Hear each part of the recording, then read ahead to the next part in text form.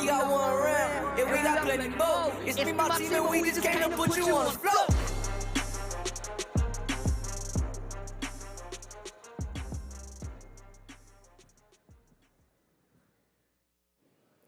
Tremendous performance by Take Foe. As we are getting set, a tropical storm, Hurricane Hillary, has touched down in Los Angeles, California. The first tropical storm California has seen in over 80 years, but that is not stopping the Team Combat League Mega Brawl 1. As we get you set for an eventful night of action, capping off a tremendous Season 1 for Team Combat League.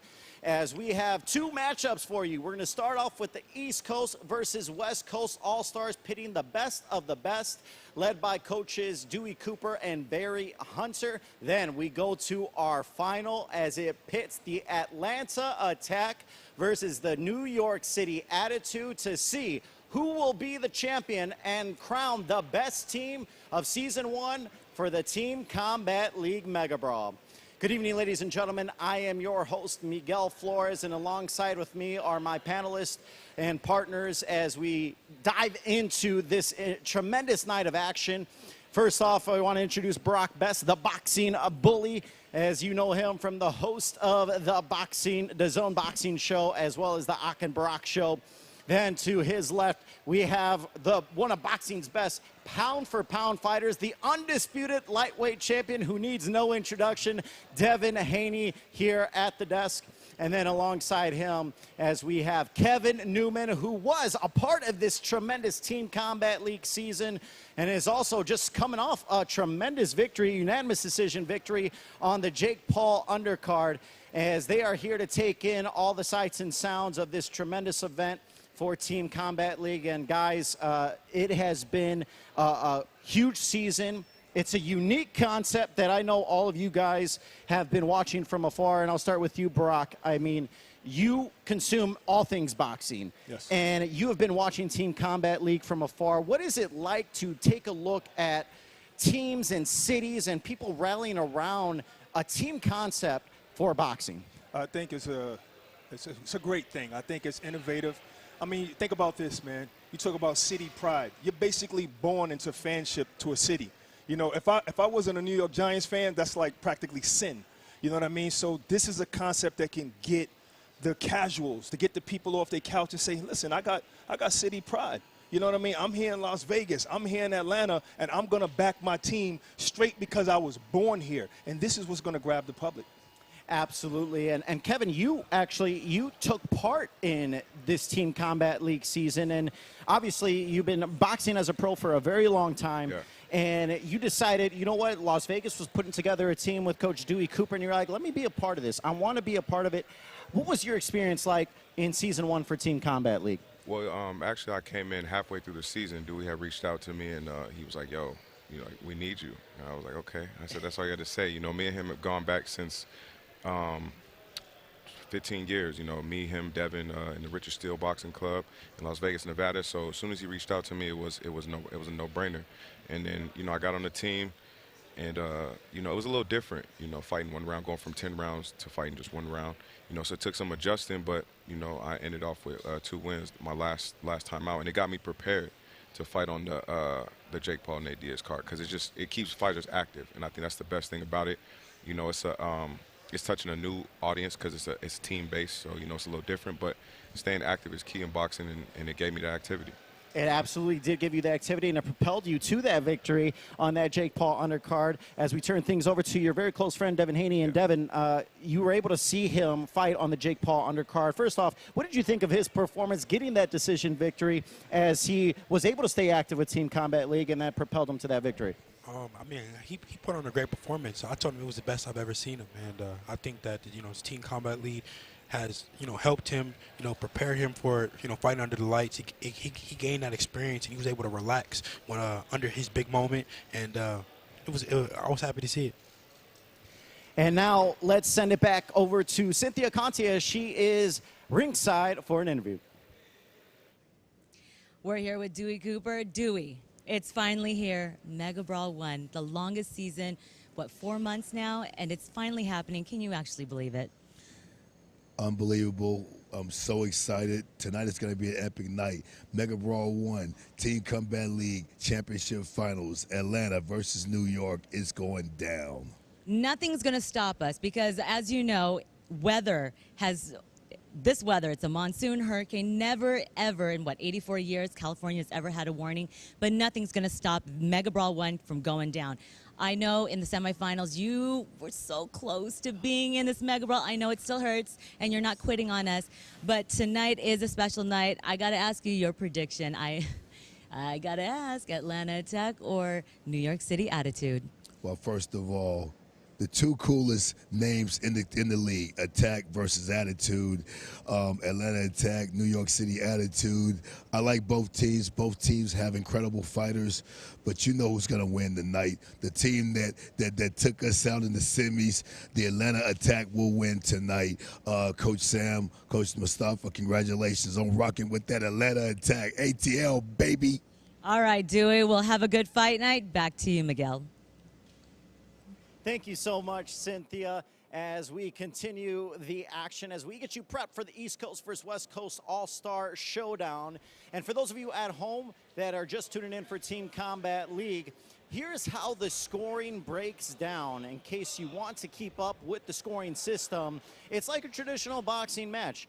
Each round will be scored a 10-9 round by the judges. Now, as we take a look, if a fighter has one knockdown scored, it will be a 10-8.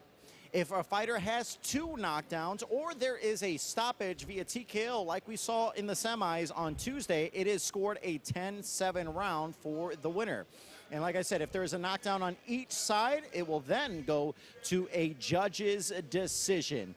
So we are getting you prepped for the East Coast versus West Coast All-Stars. I'm alongside with the boxing bully, Barack Bess, as we want to thank Devin Haney as well as Kevin Newman for joining us. They had to dip out as they are taking their seats, getting set to go to watch the Team Combat League Mega Brawl. Let's take a look at those all-star matchups first, starting with the launch round matchups as it pits some of the Team Combat League's best of the best. We have Lisette Lopez taking on Tyreshla Douglas, Sean Bass, Derek Davis, Keith Hunter, AJ Graham, Alejandro Silva, Diane DePestre, Andrew Murphy against Nasheed Smith, and a huge, huge heavyweight showdown.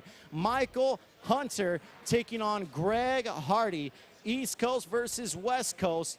And once again, the West Coast coaches are Dewey Cooper and the Las Vegas Hustle staff. And for the East Coast, we have coaches Barry Hunter and his DC Destroyers coaching staff.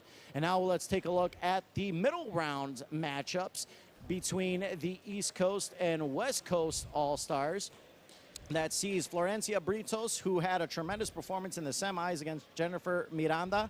Deontay Brown for the West Coast against Randall Candidate. Alan Medina against a very well-known boxing vet, Michael Fox, for the East Coast. Esteban Munoz against Malik Lark. And then a huge special edition, Vlad Panin against Austin Trout. Austin Trout, if that name sounds familiar, then you know that's the Austin Trout that challenged Canelo Alvarez. Both Charlos, Jared Hurd defeated Miguel Cotto. He is a special wild card addition for the East Coast roster. And then we'll finish up with Andrew Murphy and Ambimbola Osundario.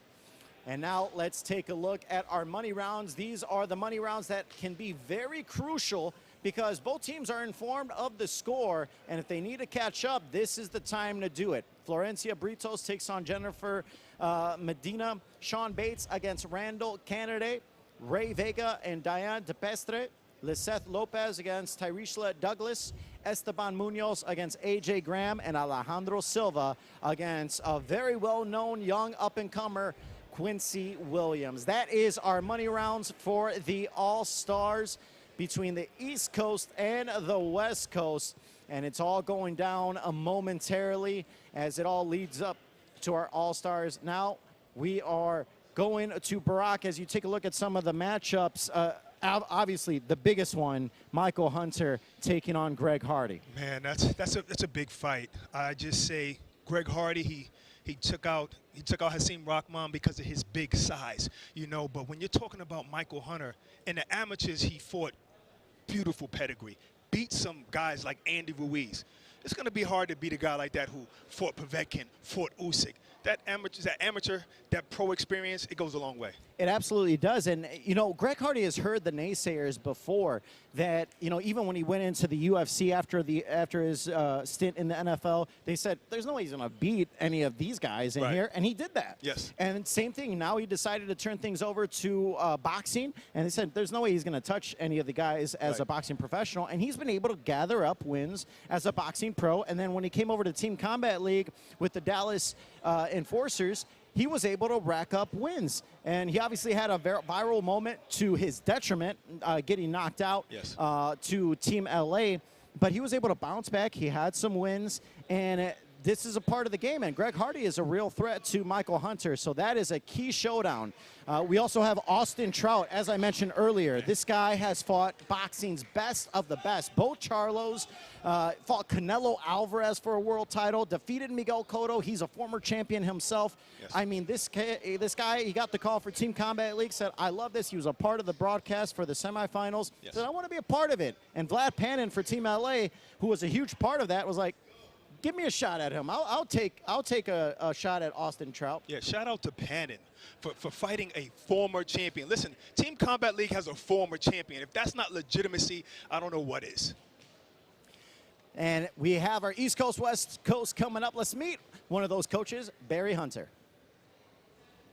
Thanks, Miguel. I'm here with Barry Hunter, world-class, renowned trainer of DC Destroyers. We are here. It's here. Unfortunately, you're not one of the teams. You're so, so close. But at the end of the day, the show goes on. How does it feel? Who wins? Give me your prediction. Now, we supposed to be in the finals. Yeah. But next season. Next season. Nevertheless, you know, both teams look pretty good. I think that New York may be short a fighter or two that could really, really help them out, you know, and that's going to be like an Achilles. But on the flip side of that, they're stronger in the heavyweight division. So it kind of, you know, 50-50, I may edge maybe Atlanta, maybe. Oh, you're edging it to them. Now, real fast, for fans that are watching in, there are casual fans and people who have never seen Team Combat League. In a very short description, why should fans be excited and want to watch something like this, a very different type of concept? Well, it's new, it's innovative. We've seen sports before that, you know, you blink at it and you turn the TV trying to find something else exciting, you know, and as many years as I've been in regular boxing, you know, although being a fan, being a coach, being a supporter of it, every once in a while you run into those that kind of wall where, you know, fights are not exciting, you know what I mean? And but this, you know, there's no time to fill out there. You don't have 4 rounds, 6 rounds, 8, 10, 12 rounds to fill out. You know, you got to figure this thing out in maybe 15 to 20 seconds and go. And the thing is, you know, a lot of these people that are in, the athletes that are participating here are skilled athletes. You know, when you first hear about the 1 round or the 2 rounds, you know, everybody thinks I can come in here and just blow people out. But you've seen, over the past few months, those veterans that came in here that thought it was just that easy got sent packing early, you know, and so it's definitely exciting, it's definitely new, and I think we could be looking at part of the evolution of boxing.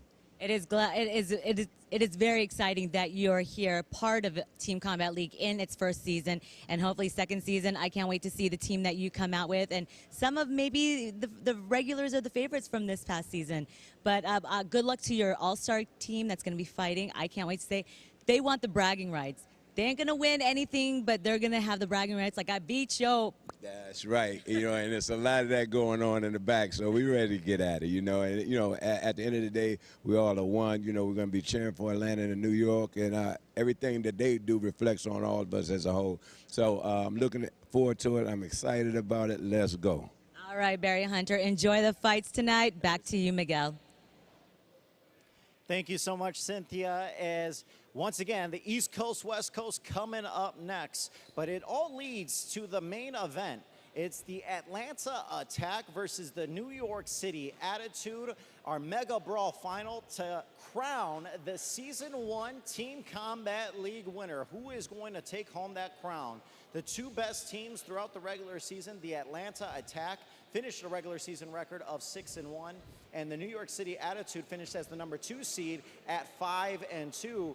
And how did both of these teams got here? As we take a look at the semifinals, the Atlanta Attack was down a majority of the time to the Las Vegas Hustle. And they had a battle back, and it all came on the shoulders of Devin Young. And he was able to score a victory over Michael Hunter to force an overtime round that allowed Atlanta to get the victory. And Devin Young beat Michael Hunter not once, but he beat him twice. He was an underdog. Michael Hunter has never lost a round in Team Combat League before the semis, and he came through extremely clutch for the Atlanta Attack to propel them to a victory and allow Atlanta to be in this final matchup as they defeated the Las Vegas Hustle in the semis to face off against the New York City Attitude. As you see right there, the first ever overtime bout that we ever had in Team Combat League for the very first season. So that is the Atlanta Attack and their road to getting here. Now let's take a look at the New York City Attitude and see how they decided to go on their run all the way to the Mega Brawl final. New York City Attitude finished the regular season at 5-2. They were the number 2 seed, and they faced off against the DC Destroyers. Now, in a unique way, and this is why knockdowns matter, they lost the majority of the rounds, but because they had 3 knockdowns, they had 1 finish with Kanja Nathan finishing Hasim Rahman Jr., that allowed them to have a 10-7 round. And then they had guys like Ralph Clemente and MVP of Team Combat League, Christian Cangelosi, score knockdowns in both of their rounds. That allowed them to have 10-8 rounds, giving them the advantage to finish and have more points than the DC Destroyers. So that is why knockdowns matter. Knockdowns are a huge component of what can happen if you get those knockdowns. You may lose maybe the first 4 rounds of the launch rounds or the middle rounds, but if you have knockdowns or finishes at 10-7, 10-8 rounds, that will give you a huge advantage and allow you to either stay in the match or give you the win, which it did for the New York City Attitude. So they have some heavy, heavy hitters. And as you saw, the New York City Attitude came away with a victory over the DC Destroyers. So the New York City Attitude and the Atlanta Attack did not have easy roads to get here. And Barack, as you take a look at some of the highlights for both teams, they had to go through adversity. Both teams did. Right. I love it. I love it. I want to know what the backstage looks like. You know, I want to know if they're ready to fight each other backstage. Team camaraderie is like the best thing in sports, and I think that's what we have here, and it's just a great thing. But to see that New York just come out of nowhere, because think about this, rather Atlanta come out of nowhere, because in the beginning of all of this, I'm not going to lie, I thought it would be New York and D.C. at the end, and that's because of the coaches, and I'm not going to lie about that. You know, so to see Atlanta come from the back like that, team just egging each other on, just encouraging each other, and then now look where they're at now. They're at the finals. Absolutely. Now let's check in with our ringside team. Let's go to Beto Duran. Thank you, Miguel. Once again, we have ready for Mega Brawl, Beto Duran and Bubba Jenkins. Bubba, I know you're fired up because you live in Vegas. You showed up and you looked at me. You're like, all right, are we doing this? Yeah, we're doing it. It's Mega Brawl time. Mega Brawl time. It's time for the guys to try to make history. Everybody wants to be the first. Everybody wants to be the first team to get it done here. So it's Mega Brawl time. Which team is going to be the first team to be the TCL champion for the first time? And I know a lot of these guys want to get it on. They want to show their proof, and they want that belt. They want that championship. You know, like Barack and Miguel were talking about, though, yes, you want to be in the Mega Brawl, you want to be the champion, but at the same time, if you can't make it there, All-Star Brawls, there's some grudge matches today. That should be really good. Absolutely. Everybody loves an all-star match. Everybody wants to get that little talking trash after this out of the way and get it proven with the hands. Yeah. So we as fighters, we as fans, we as friends and family, we all want to see it get done as well. So the all-star match should be a little fun with the animosity that's in the air. All right, so we have the All-Stars first, then the Mega Brawl, 36 rounds, and who knows, maybe some overtime rounds coming up later on tonight. So I'm excited to be on the call along with Bubba Jenkins, and you know who else is going to be joining us too sometimes is Cynthia Conte, who's standing by with an interview right now. Thanks, Miguel. Devin Young, you are the one for Atlanta Attack to solidify the win for you guys to be here at Mega Brawl. You beat Michael Hunter in a tie that we've never experienced in Team Combat League in Season 1, and we did.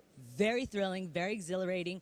We were all screaming, and Michael Hunter was looking for that knockout, and he almost got knocked out. How does it feel that you were the one that helped bring the team here?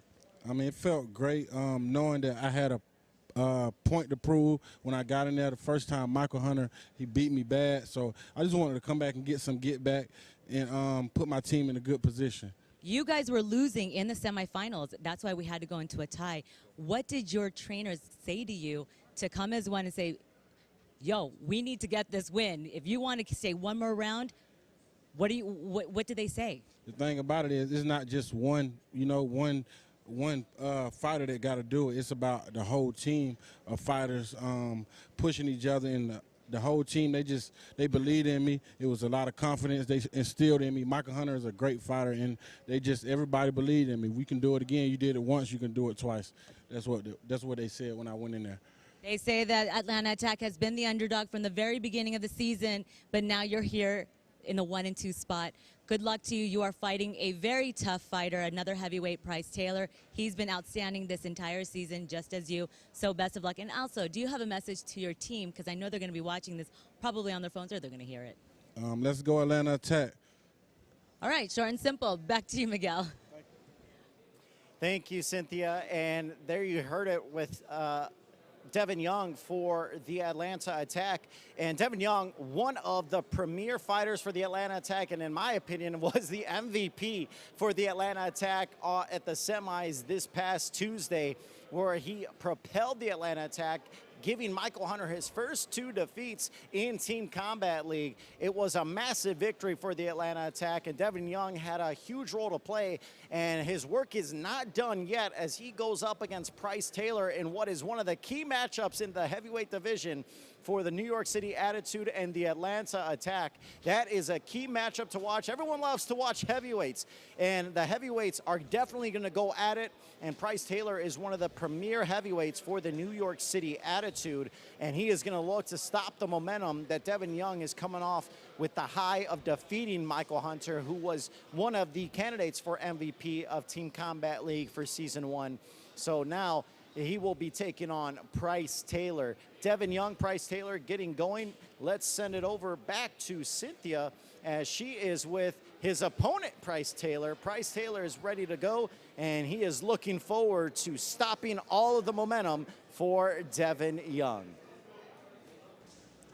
Thanks, Miguel. I'm here with Price Taylor, New York City Attitude. You're bringing it. This is the final Mega Brawl fight.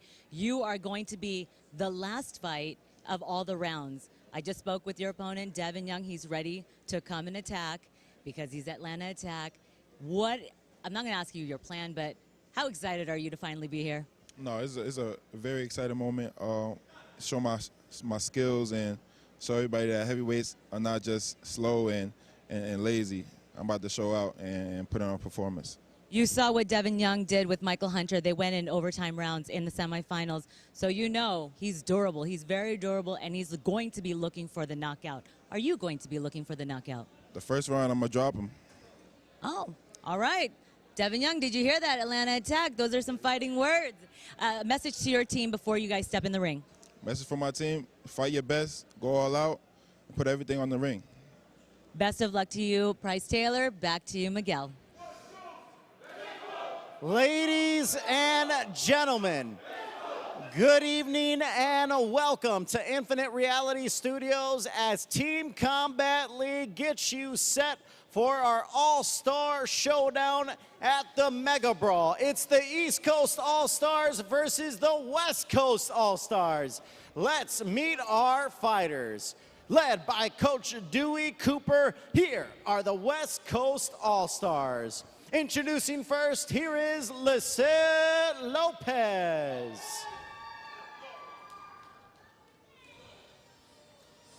Here is Sean Bates.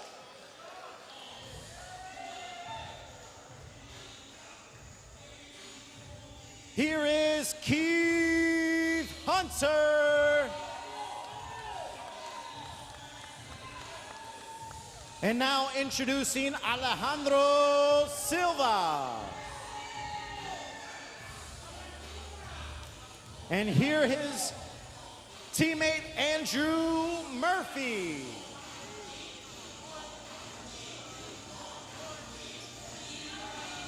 And the heavyweight for the West Coast All-Stars, Michael Hunter. That is your West Coast All-Stars.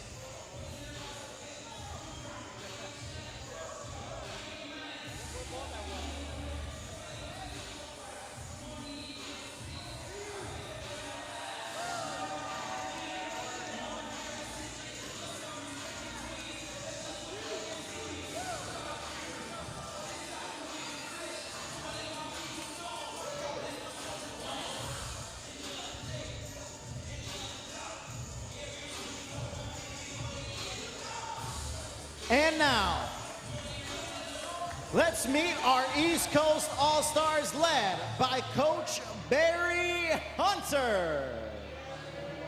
Introducing first, Tyresha Douglas. Here is Derek Davis. And now introducing AJ Graham. Here is Diane DePestre. Here is Nasheed Smith. Followed by heavyweight Greg Hardy. That is your East Coast All-Stars.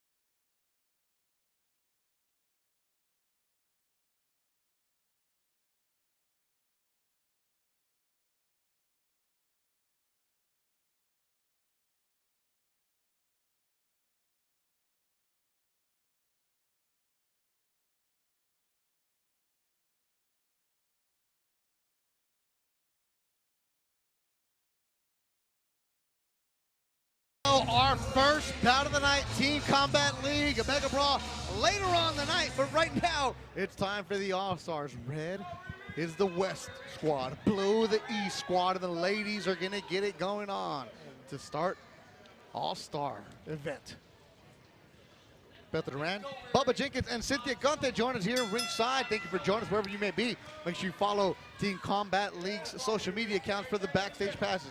Lizette Lopez in the red, Riri Douglas in the blue, and immediately they're coming out swinging in this first All-Star match. Just like TCL likes to do, we like to start fast. We got a little Tupac versus Biggie relived here in California, so we got this East Coast, West Coast clash going on, and it's going to be TCL style and elevated with pressure. They're swinging right away, Cynthia. These two had a very heated weigh-in. Tyresha Riri was eating a sandwich, and Lizette, they used to be teammates at one point, but she's like, nope, I'm going to kick her butt in the ring. Yeah. I'm a better fighter. You can tell that, but by the actions, they had a little animosity at that weigh-in, but you can tell that they want to get after it and represent well for their country, or their state, actually. And they're going to come back and fight later on in the 16th round in the money rounds. East versus West. Yeah. So All-Star, the Mega Brawl Finals coming up later on tonight. Right now it's chance for the pride on the line. Good bobbing and weaving by Tyresha Douglas there. She was just in the pocket, bobbing and weaving and moving, and Lizette caught her a couple times, but for the most part, she did well. They're both doing a good job of, getting in and out and throwing punches. Good three-punch combination right there. As you notice, these women don't just throw one punch at a time. They are throwing 3, 4, 5 combinations, getting in the pocket. They're not boxing by any means. They never box. Yeah, man, they are just all the time throwing those hands. And I feel like because it's a 2-minute round, they just go at a higher pace. They just try to prove more in that time. This is a tough one for the judges to score because they have not stopped throwing punches since the opening bell. Lizette Lopez in red, Riri Douglas in blue. And that's usually a Lopez type of round. She just throws punches and munches. Lizette has been very effective. She's been landing a lot to the face, but then also look at Riri coming right back at it. Yeah, you like to see that last 10 seconds. In the first round, they hung it out. We'll see them later on in the 16th round. Lizette Lopez, Riri Douglas get the heat going on here in Southern California. Yes, we are on hurricane watch. Hurricane Hillary has been hitting here in Southern California, but Thunder Studios in Long Beach were unaffected, and we're getting ready for the second Other than round. the thunderstorms of those ladies throwing hands, Yeah. we got pretty much nothing out here. Now we got Sean Bates and Derek Davis. Bates representing the West squad. Davis representing the East in the blue. So if you're watching us for the first time, every single time, each round is scored. So there's a bit of a delay because you want to make sure that the judges' scorecards are in. And we will update you with on-screen graphics. Sean Bates, I interviewed him yesterday after the weigh-ins. He's fighting twice. But Derek Davis, he wants to show up. He wants to prove that he's a better fighter than both of these guys. As you can see, he's always on the offense. Absolutely, and I've watched Davis all year in the TCL. He's had great performances, but this kid Bates is coming out not to be shown up by anybody. He's coming out to represent the West Coast and put on for his coast. Bates will be fighting in the 14th round. Right. Davis trade. in blue, nice overhand right. They both traded their overhand rights right there. Good action there. Gunslinger mentality, you or me. Snapping the jab is Davis for the East squad. And for you guys knowing, when you're watching this is the All-Star. So these are the fighters from the past teams that did not make it to the Mega Brawl, but they're here for bragging rights. Bragging rights and the rights of their coast, and obviously they want to win, for the pride of themselves. So there you see Lopez won the first round. So it's 10-9 West squad. And you'll have the updates Davis throughout is the ripping night. to the body very nicely there. He's setting him up, and I think he might come up top eventually because he's, doing a very good service of ripping to the body. Up top right there. Yeah, the action goes by really fast. 1-minute rounds. So if you're trying to keep up with us, we're doing it too. Coming up next, Keith Hunter and A.J. Graham. Davis is really good at using his jab to set up his punches. He just threw, he set it up and then threw to the body. And Bates, he was available for that. It was good head movement by Davis there, and I think Sean Bates has slowed down a little bit from the combinations that he was throwing earlier, but that's a service to Davis's body work that I believe he was doing. Tom Taylor, the referee for the first 6 rounds. Oh, that was that overhand that I said. He went up top right there. Exactly what we were saying. He's been setting up the body just so he can go up top later in the round. Look at how hard Davis is throwing to the head. Those left hooks. Yeah, absolutely. Very, very effective. Looking good. He's looking to knock him out with that left hook. And Davis only fighting once tonight. So let it all out in the 3 minutes. Very nice overhand right. Left Good hook hook. coming later. Good. Yes, indeed. Derek Davis looking really strong for the blue Hunter's calling squad. for that body. So you get them to the body, they start dropping that hands. Late in the fight, you can get that head out of there. Good hand motion and good speed by Bates right there. See, Good this is a fight I combination. would like to see another round of. Absolutely. Team Combat League, you get one and you better show up, especially in the All-Stars. Just missed by Davis right there. Counter punch. Couple 138-pounders, final seconds of the second round. Did you see that land? Yes. That sweat just popped off right now. What a great round for Derek Davis and the blue squad representing Team East. Not a bad showing for Bates either. That A was good round great. to watch. Fun to watch right there. Bates will be coming back in the 14th round against Randall Kennedy. Let's look at some of the highlights here, Bubba Jenkins. Yeah, that was that right hand that he kept trying to get, and he got closer and closer as the round went on. Boom, right hand, left hook, as he started mixing it up and adding to that, then ripping to the body. It was beautiful. Beautiful work by Davis there. So this is our third round. I think it's an even. I think it's an even fight right now. East Coast versus West Coast. I think that's 1-1. We will get you the score. We will have it on your screen. Thank you for watching wherever you may be. Your Team Combat League. Make sure you follow Team Combat League's social media accounts, especially the Instagram, on fire for all the behind-the-scenes coverage, not just from today, but from yesterday's fired out weigh-ins. Oh, yeah. So Keith Hunter, you remember him? He was in the semifinals with Javon Davis. Yeah. He's the one that we even said it. You got to stop showboating because the round is not over. Well, you know, in the All-Star match, we want to see a little entertainment. So, Yeah, I guess let it all hang out. It's the Mega Brawl tonight, so we might as well see a little something here in the bright lights of California. Show me something. Yeah, because we need something because of this hurricane and earthquake, and I don't even know. I don't even want to say what else. Can you believe we're actually saying this bet though on a broadcast in California? Hurricane watch.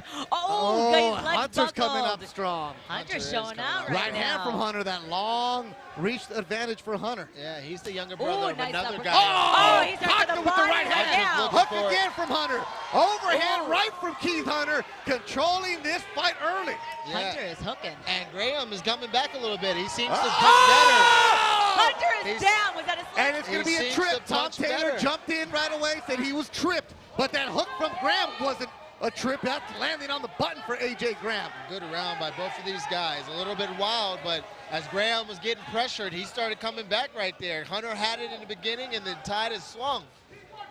We said Hunter's got to make sure he's not showboating.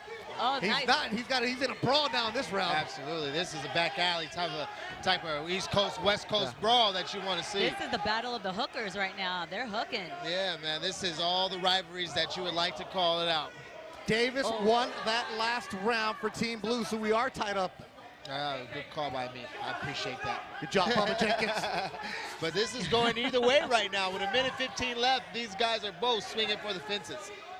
And this is the difference in styles. You know, sometimes boxing makes styles. Ooh, good left hand right there. Southpaw versus Orthodox right here. East versus West.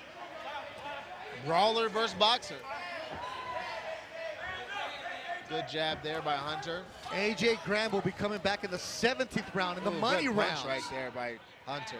Good moving forward by Graham and getting his offense going. It's a good thing that these guys are just 3 minutes in, because we'd see some violence. Hunter only going once tonight in All-Star. Good counter right there. It was a little bit off time, but it was for the right idea. Yeah, no boxing now. It's just let me try to land a big shot and end it. These guys are trying to get the crowd to go, oh, that's what they want. And get a 10-7 round, possibly. Every round is judged, 10-9. Good. 10-8 for a drop, and then 10-7 for a stoppage. And if you get stopped, you cannot continue. That was a good Look idea. at see all of that hooks. They're good. Someone's gonna get rocked, but now they're just wailing for the fences. Oh! He was waiting for it, and he dropped it right at the end. Funny, goodness gracious. He got caught with a hook. And he was Hunter dropped Graham. The most important part, though, it's a 10-8 round for the West squad. Hunter catches Graham right at the end. 2 seconds to go in that round. That was huge, a big momentum swing because it's now a 10-8 round. Right at the clack of the 10-second warning, you clip them and you sit them down, man. That is amazing, and that's what you want from if you're Las Vegas. I think you were losing that until that moment shifted. It was. Look at the highlights here, Bubba. A little bit of motion here. He's tying up the arms, going around. He's trying to put a combination together there. A little bit of slip earlier is what they're calling. But the setup to him knocking him down, and him knocking him out, is he was moving early. Left hook missed. He finally gets his range going. He finally finds him, boom, and times it up and catches it right on the muscle. Knees buckled, a 10-8 round with 2 seconds to go in that round.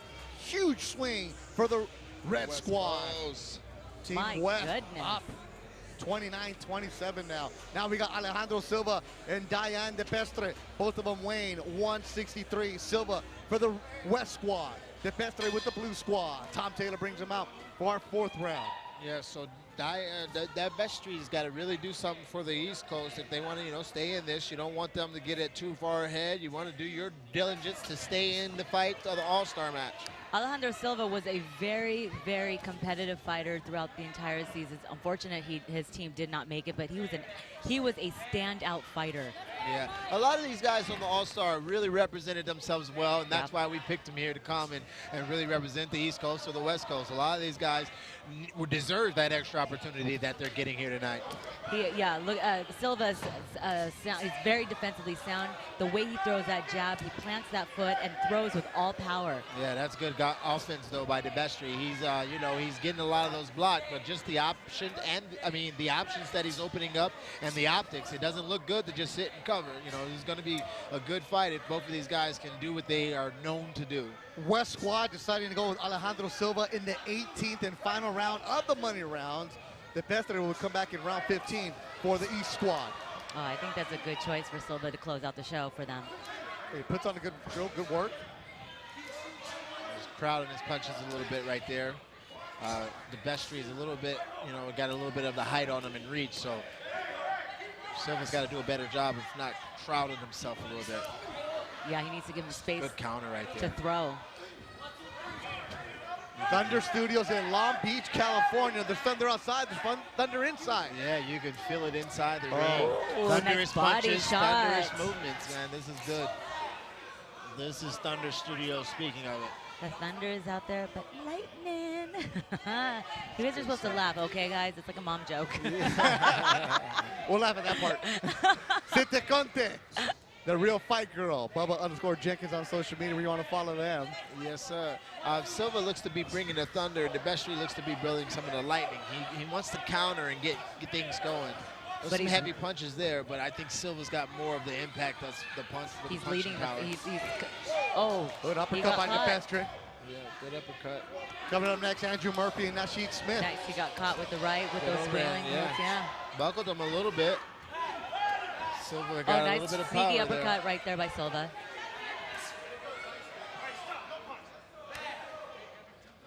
Guys are both working hard. Hard round to call.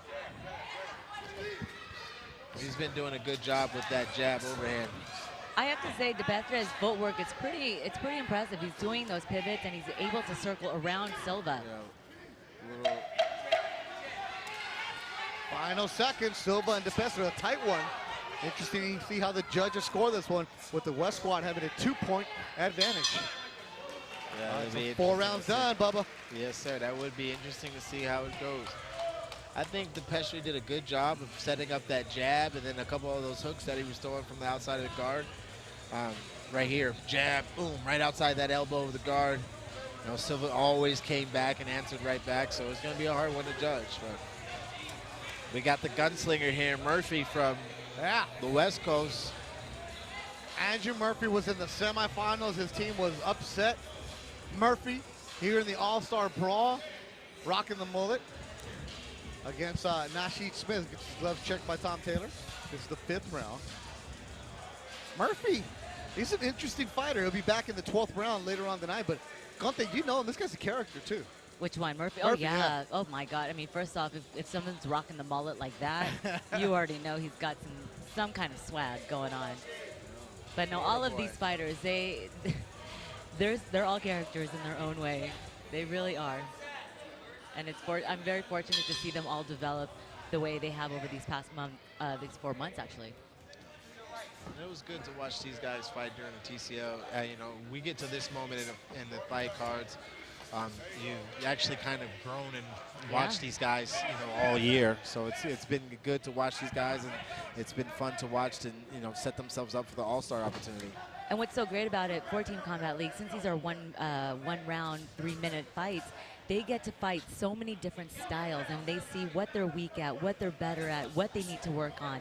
So I think that's great because sometimes fighters only get to fight one style. Styles make fights. Absolutely. Andrew Silva won the 4th round, so it's a 3-point advantage for the West Coast All-Stars in red. Yeah. So Nasheed Smith's got to really step on the gas here if he wants to do something for East Coast. If you're the East Coast in blue, you got to come in and just start stealing some rounds. Yeah. So big boys are coming up next. Michael Hunter and Greg Hardy in the last round of the launch section. That's, you know, you always want to see the big boys, but anytime you get some East Coast, West Coast, you want to see everything finish out. And, you know, I think the East Coast is going to, you know, do a good job of trying to finish out correctly here. Mega Brawl coming up later. Atlanta and New York City in the finals. Murphy's done a really good job at getting in those body shots when they're in the tight clinch. Right there you go. Nice boxing right there. Yeah, oh, nice uppercut by Murphy. Oh, they're both now trading uppercuts on the inside. Great inside boxing right there. That phone booth boxing that Murphy's doing, ripping to the body, coming upstairs. Beautiful. I mean, look at that right there. Body, body, head, head, head, body. Just ripping and rolling. You see how he's getting those elbows in there, blocking his shoulders, you know, just kind of giving himself sound defense while he's ripping to the body, trying to find something dangerous. Yeah. A minute to go in the 5th round. Murphy and Smith. Yeah, no trouble finding each other. Good work from Murphy right there in the middle of the round. I think Smith had the earlier rounds. With a minute left, I think it's still anyone's fight. Good hook and good uppercut by Smith. Beautiful right there. The only round Smith will have tonight. Well, he emptied the tank with 40 seconds to go. Yeah, see, Smith keeps catching Murphy on the way in. As he's jumping in or leaping in, he's catching him with that uppercut, that overhand, or that hook. Boom. Just like that. For Murphy again. Yeah, they're both trading, but Murphy gets inside and does all his good work.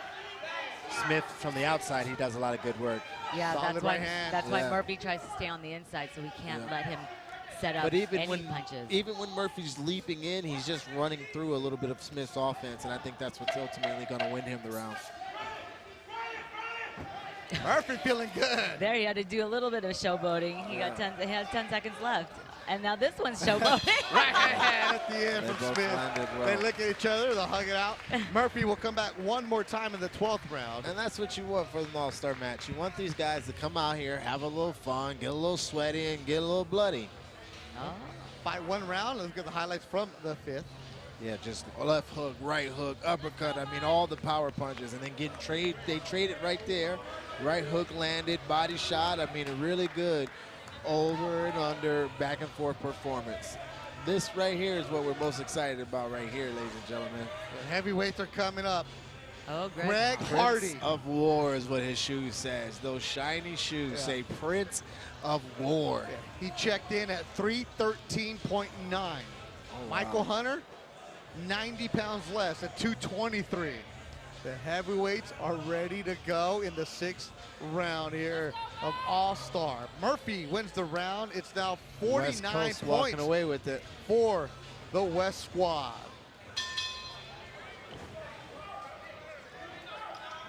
Well, we were, during the season, Bubba, I think you were on the call with us when Greg Hardy got rocked. Yeah, earlier this year he got put to sleep a little bit. And, you know, that just happens in boxing. You see so many highlights of him putting people to sleep, and then sometimes, you know, sometimes you're the hammer, sometimes you're the nail, you know, and that's the way it goes. It's boxing. Yeah, indeed. They will only fight one round tonight in the All-Star section, Hunter and Hardy. And Hunter he was in a good scrap on Tuesday, the semifinals. Yeah, absolutely. He was in the overtime matches for Las Vegas, and you know, I think he pressured the coaches into getting that. I think he wanted that overtime to represent the team, and you know, unfortunately, it didn't come out the way he wanted. But you know, he's here to fight a bigger man in Greg Hardy to redeem himself for those finals. Yeah, Hunter really wants to put a showing on because he needs to prove that he's still a force to be reckoned with in the heavyweight division. Absolutely. Get those fights. Man, but you're up against a dude who's 90 pounds heavier than you. Yes, and he's setting him up with that hand in the air. He caught him with that right hand earlier. He's going to be faking to the body and then catching that right hand to the chin. He's going to fake it like it's coming high and then shoot it right down the pipe. But that's what he's doing while he's punching that body and keeping him down, keeping him focused on that lower and that drop. And he's going to just reach across like he's doing, boom, and shoot that right hand across just like we called. Okay, so if you're Greg Hardy, what would you, if his coach should be screaming, what should I you would be doing? checking. I'd be checking that hook. You know, I'd be check hooking every time he jabs to my body. I'd be throwing that hook. So if he ever thought about, you know, just throwing that right-handed cross like he did, he'd run into something, or I'd protect myself. You know, just getting off the line is what Craig Hardy needs to do, because he's not doing. He's being a sitting target right now. Yeah, he's going. I mean, he's kind of moving laterally, but he's very stiff. Very. A minute to go in the round. Hunter setting him up again. He's going to shoot that right hand. It's like Greg Hardy hasn't realized what he's doing. He's going to fake go down, and right hand's coming, ladies and gentlemen. Now, see, that's a good check hook right there, but I don't think Hardy is fast enough. There it is. Hook from Hunter. And that's it mattered. And that mattered. See, and all we're going to see from Hunter is more of that to try to really make a devastation in the last 10 seconds. Right hand from Hunter. Overhand right from Hunter. Slips a hook and gets away. Because Hardy's just looking to cock one punch, and that's it. Yeah, yeah. Hardy's looking for the one-hitter quitter.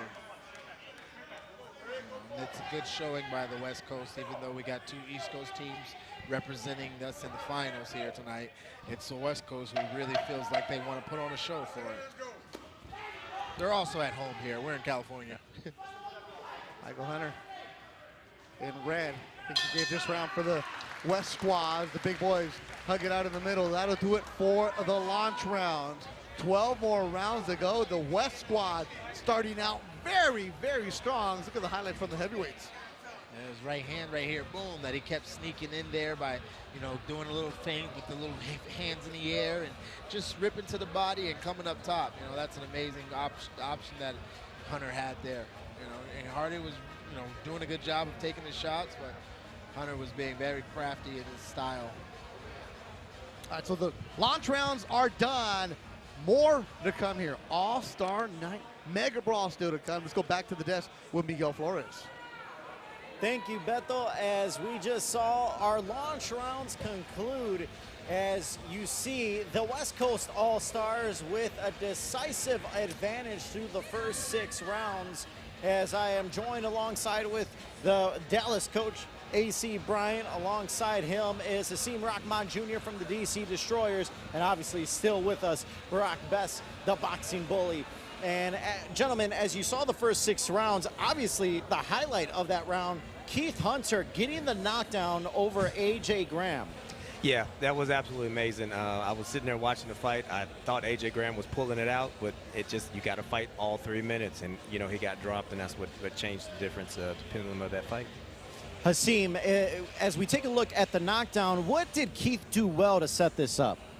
I feel like Keith maintained his composure really well. You know, but he started off the round hot, and then his opponent seemed to be gaining momentum. But he kept his composure. He heard that 10-second go off, and he let that right hand go right on time. And he sent his opponent to the mat. That was perfect composure by Keith Hunter. Keith Hunter with an emphatic knockdown, giving the West Coast All-Stars a decisive advantage. Barack, as we saw, everyone was looking forward to that heavyweight matchup between Greg Hardy and Michael Hunter. And you can tell with the big boys step into the ring, they know one punch can, the night's over. So they were very cautious in that round, but they were still exchanging in moments. But the question is, why was Greg Hardy so cautious? Why did he give Hunter so much respect when you know he's the better boxer? You're trying to outbox the professional boxer, the guy who's been in there with all of the top guys. That doesn't make sense to me. I think he should have just tried to, shoot your load. Try and get that knockout, if that's all you got, because you know you're not going to outbox Michael Hunter. Absolutely, and he's got a 90-pound advantage on Michael Hunter. It's no advantage if you're not going in there and using it.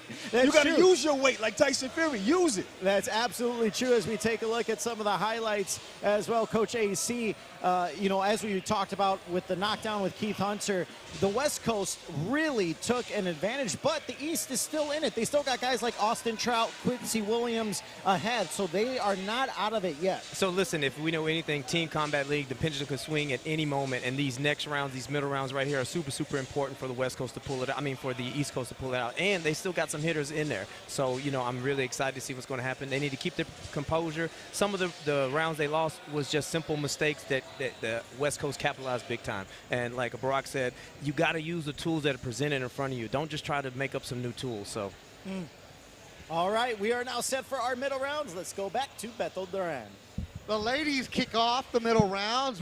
Round number 7, Florencia Britos representing the West squad, and Jennifer Miranda representing the East squad. They'll be going at it right here, and it is a 59-54 lead for the West squad in the All-Star section. Still to come, though, Mega Brawl, Atlanta and D.C. Beto Duran, Cynthia Conte, and Bubba Jenkins right now. The ladies, 2-minute rounds, and Britos just trying to extend that lead for the West squad, the Southpaw. Yeah, it's good to see 2 different women here. We just got to see the last 2 women, and it's just good that TCL is representing all sides of the ball here. And, you know, these ladies get after it no matter what. These two have been very, very good throughout the entire season. I'm sad that they didn't make it to the Mega Brawl, but Florencia is outstanding fighter. Miranda, she was outstanding also. If you guys don't recognize her, she was in the movie Money Heist. I'm not going to say which character, because if you guys haven't seen it, I don't want to ruin it. I think it's statue. We could say that. Yeah. A little bit older of a movie. It's no, the one during pandemic. That's 3 years ago. We can say it. If you didn't watch it, go ahead. If you haven't watched it, I don't want to ruin it because I'm not going to say what character she was. Did she steal something? Because she's trying to steal some rounds right now. Yeah. There we go. And they will be fighting again in the 13th round. No, Florencia's hitting behind the head. That's a no-no. Yeah. But I think the ref warned her Miranda because she was, spinning around. I think, Flo's trying to do her thing, get offense going, and, Jennifer's turning a little bit too much right now. Ray Corona, the referee for the next 6 fights. It's a good offense that Flo has when Miranda ties her up. And if you're the blue squad, the East squad, and you want to just get rounds right now, start chopping into that lead. And blood from the nose of Miranda. Yeah. Brito's right hand, Conte, is really solid. Yeah. Brito's looks really good. Miranda, I believe she was a former WBO Intercontinental champion. So she wasn't a world champion, but she did carry a regional title. Florencia Brito just looking good. Yeah, right. Flo's moving well, boxing well. well. Pitbull in there. And they'll do it again in the 13th round. She's been amazing all year, really, for Las Vegas. A great representation of what Dewey Cooper does. And it was all Britos in that round, Bubba. Mixing it up, throwing left hands, right hands, and she doesn't walk her down. She just slides her feet, puts the defense up, and get right back to her counter punching, punching and ripping and getting her off her. Miranda wanted to do a lot of dirty boxing right there, but Flo did a good job of getting her off and getting her offense going. All right, now it's Deontay Brown for the West squad, Randall Kennedy for the East squad. Yeah. Fast fighters right here. You're going to see some good, fast motions and movements, and you want to see cats fight in the alley, this is the pause you're going to see right here. And Britos did win that round. It's official, so it's now 69-63 for the West squad. Bragging rights on the line in the All-Star section. Looks like Team Tupac's walking away with it, huh? They're looking good. A lot of that was due to the big knockdown by Keith Hunter in the 3rd round. Yeah. Big move. The southpaw is Brown. It's good to see 2 Hunter brothers representing TCL in the All-Star match. They're so fast. They're so fast. Candide, Brown comes right back. The next fight's going to be Alan Medina and Michael Fox at 149. But this is where the blue team just needs to get some rounds. They've only won 1 round so far tonight. Yeah, and really West Coast has put it on the pressure on and have not released, by staying aggressive, having more volume, and actually just, showing up in the fights earlier. It seems to be the thing. They've just stolen the earlier sides and have survived the rest of the fight. Candidate very quick in there in the blue. You know what's so great? I don't know if you guys talked about this earlier. So for all these fighters right now in the house, even though there's a hurricane and everything, we have undisputed king Devin Haney here in the house. So he's watching this. So all these fighters get to perform in front of him, and also former world champion Sean Porter, excellent analyst, and he has Sean Porter suits and services. But you know, for a moment for these fighters all season, they get to watch these people on TV. Now they get to actually fight in front of them. Yeah. And also for you, Bubba. Absolutely. You know, it's good to have the crowd and someone that, you know, you want to inspire, someone who's inspired you to be in the crowd to show them a little something what you got, or maybe, you know, get some pointers after it. Hey, man, what'd you think you saw in there? What did I do? You know, so it's good to have those guys in the crowd, and this should show out to all kinds of events. And Haney's sitting by the red corner. So if you're the next fighter up, you look over, you're like, damn, it's Dev? Like, oh, for real? Okay. Maybe that's what's inspired the West squad. Absolutely. You know, remember, he does have a promotion company, yes, so he could always be signing fighters under his promotion.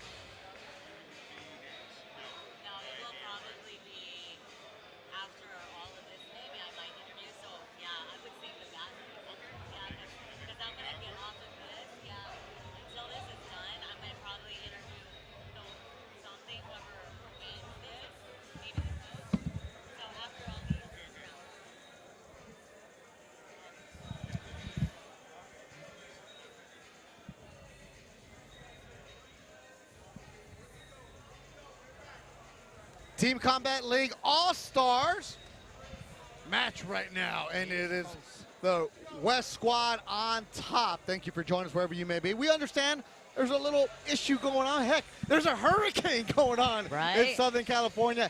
Hurricane Hillary is about to hit Long Beach and the Southern California area really hard, but that's why we're trying to get this going for you. So thank you for your patience. Beto Durant, Bubba Jenkins, and Cynthia Conte, and we are ready to go for our next fight. This is Esteban Munoz against Malik Lark, and we're ready to go here in Long Beach, California from the Thunder Studios. That is Malik Lark, weighing 150 pounds. Ray Corona in the ring for our 10th bout.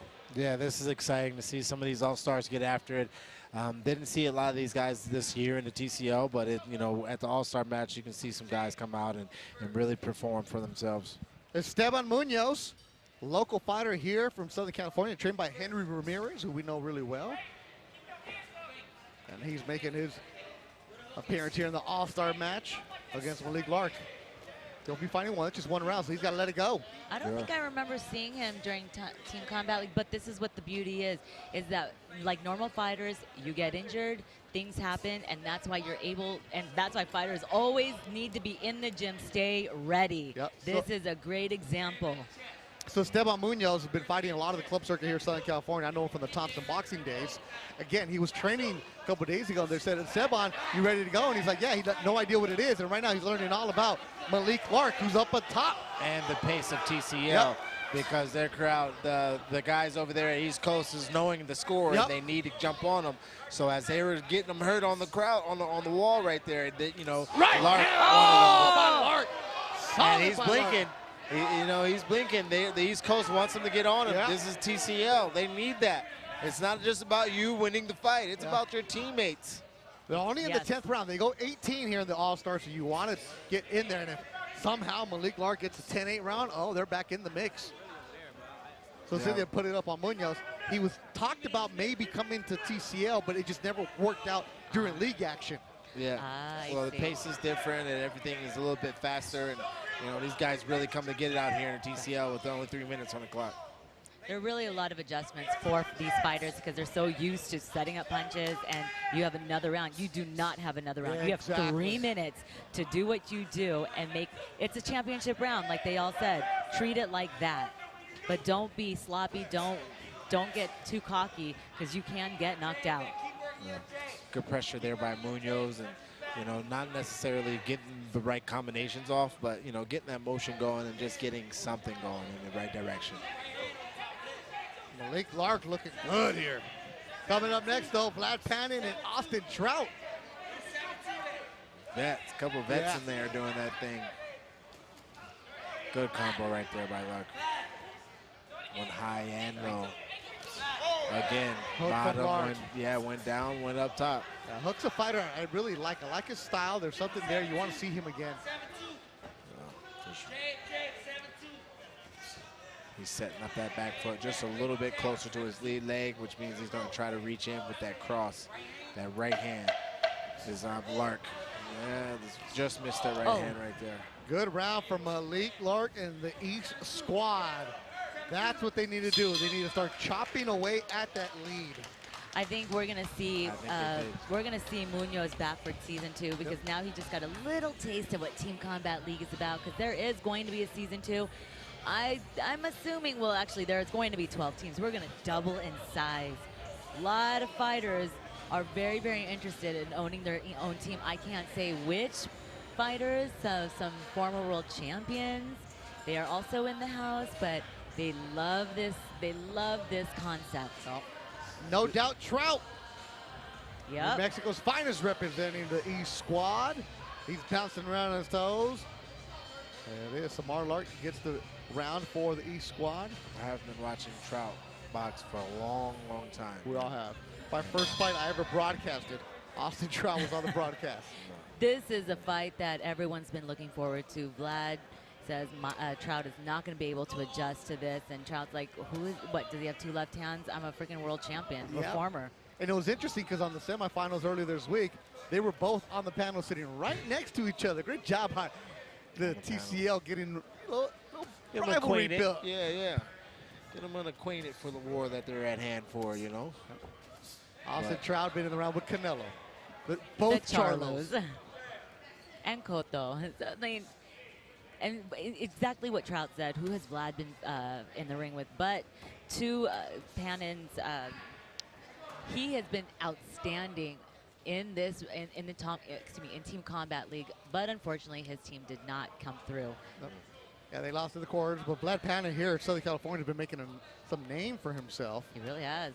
Yeah, and he represented LA very well. I watched him a couple times this year and impressed me with his speed and his timing and, you know, just all around offense. I mean, he looked really, really smart. And, you know, even with the fight here, Trout took it to him earlier, but he's still starting to pick it up and figure out what he wants to do. He's got a good feint coming and, you know, got some setups he's got working on. Austin Trout also a bare knuckles brawl underneath his belt. Yeah. So this is the All-Star section. Still to come, Mega Brawl. That's when that building's going to light up. Because Atlanta and New York City, the finals of Team Combat League. Trout doesn't look like he's missed a step. No, come on now. I mean, he was damn near on weight, 162, for a person that's been not in the ring. A pro. Exactly. Yeah. But I would like to see Trout get his own offense going. You know, it's not a place where you want to wait on these younger, hungrier dogs, right?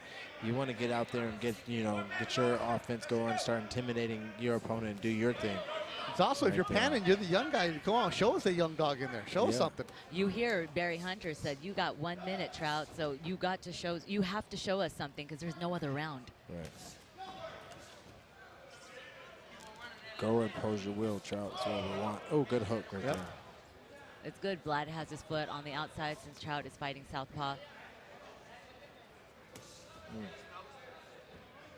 So, yeah, we've seen Austin Trout everywhere, but I'm pretty sure none of you knew that he was on Say Yes to the Dress. He was? Yes, he was. Beto, why would you know that? Because when I was preparing to do my first fight ever, Austin Trout was on the card, and I was doing my research. You know what I did? I did my research, and it came up. He had recently just done Say Yes to the Dress. What did he do? Did he get married? Yeah. Oh, that's awesome. I've never seen this show. So where the fiance goes and finds the dress, and he was just in there like, all right, yeah, I like it too. Oh, okay. And you know, we like that right there. A pro's pro, Austin Trout, here in Team Combat League All-Star. It's always great to see a guy like him in the ring. Absolutely. And he really loves this concept. I mean, I'll just say it out there, that he's going to be one of the fighters or one of the guys that's going to have his own team. Oh! Yeah, and I don't even know, so I'm Go ahead, what? say I don't whatever care. Look, I'm already spilling the beans. There's the camera. Say all you want. It's going to be Regis Prograis, trainer in Houston. They're going to have it, but hey, sorry. Again, Cynthia Conte, the views and opinions of Cynthia Conte are hers and hers only right now. Sorry, Bubba Jenkins, Ahmed. though. It looks pretty good right now. Everything's feeling good? Everything's feeling good. This all-star match is setting up for the Mega Brawl tonight. I'm excited about that. We got so many stars in the building, so many ex-former champions, world champions, current world champions. It's a night of boxing here in LA, and, you know, we're great to be a part of it. And they gave that one to Trout as an OG. Trout got the round? Yeah, he All did. Right, so 2 rounds. 1 here in the middle for I don't know the if Conte squad. agrees with that one. I don't know if I agree with that one, but it's all right. Well, it's 106, 102 now. The East team starting to crawl back in. Andrew Murphy back in for the second time tonight in the red. I mean, I love the mullet. 2 straight for the East Coast team right there. Oh, Austin Dario is back in the ring. Oh, he is game to fight Murphy. And look at Murphy has that scary smile. 175 is where they're at. The gunslinger mentality. He's quick. He's quick and strong. Yes, he is. Someone give me that last name, please. Austin Dario. Austin Dario, just really, really strong, really, really impressive athlete. Ooh, got clipped on his chin right there. Keep that hand up because Andrew Murphy slips those in. Protect your neck, Luke Tang would say. That was one thing he didn't do as he was pulling there. He didn't keep his hands up. You know, some of us good athletes, really nice athletes, we get away with not having that technique. And at the higher levels, you can get caught.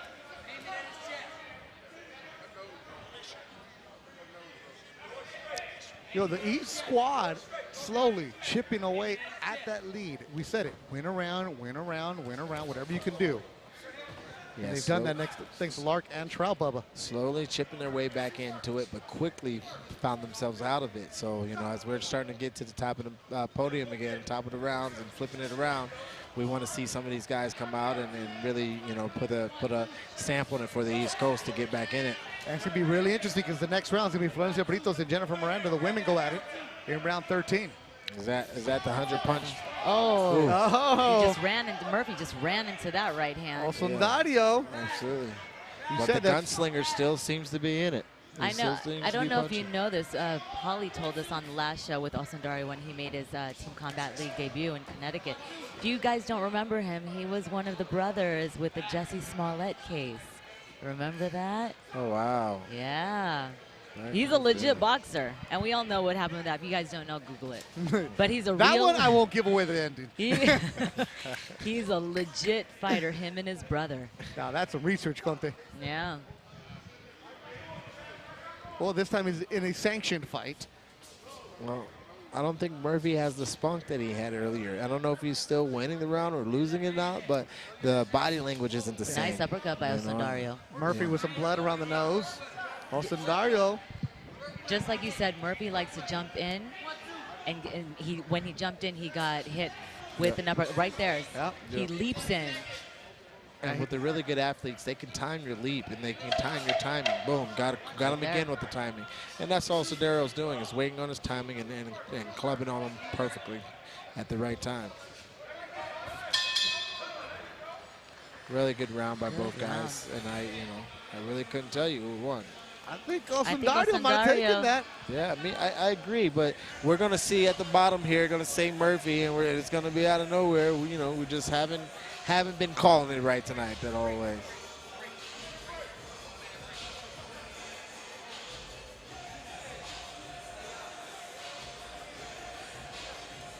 So what do we got here? Judges scorecard, 12 rounds done. That was a nice way to start the round. Or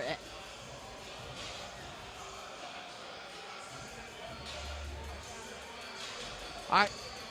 So 12 rounds done. The money round still to come. Break it down, Miguel Flores. Thank you so much, Beto, as we capped off the middle rounds as the East Coast is trying to make a comeback, and it was all led by the veterans, Austin Trout and Michael Fox and Barack. As you saw, the East Coast was down pretty tremendously, but it relied on guys, like I said, Michael Fox, Austin Trout, guys that have been there, that are polished. great resumes, and they were able to keep them, the East Coast, within shouting distance. Right.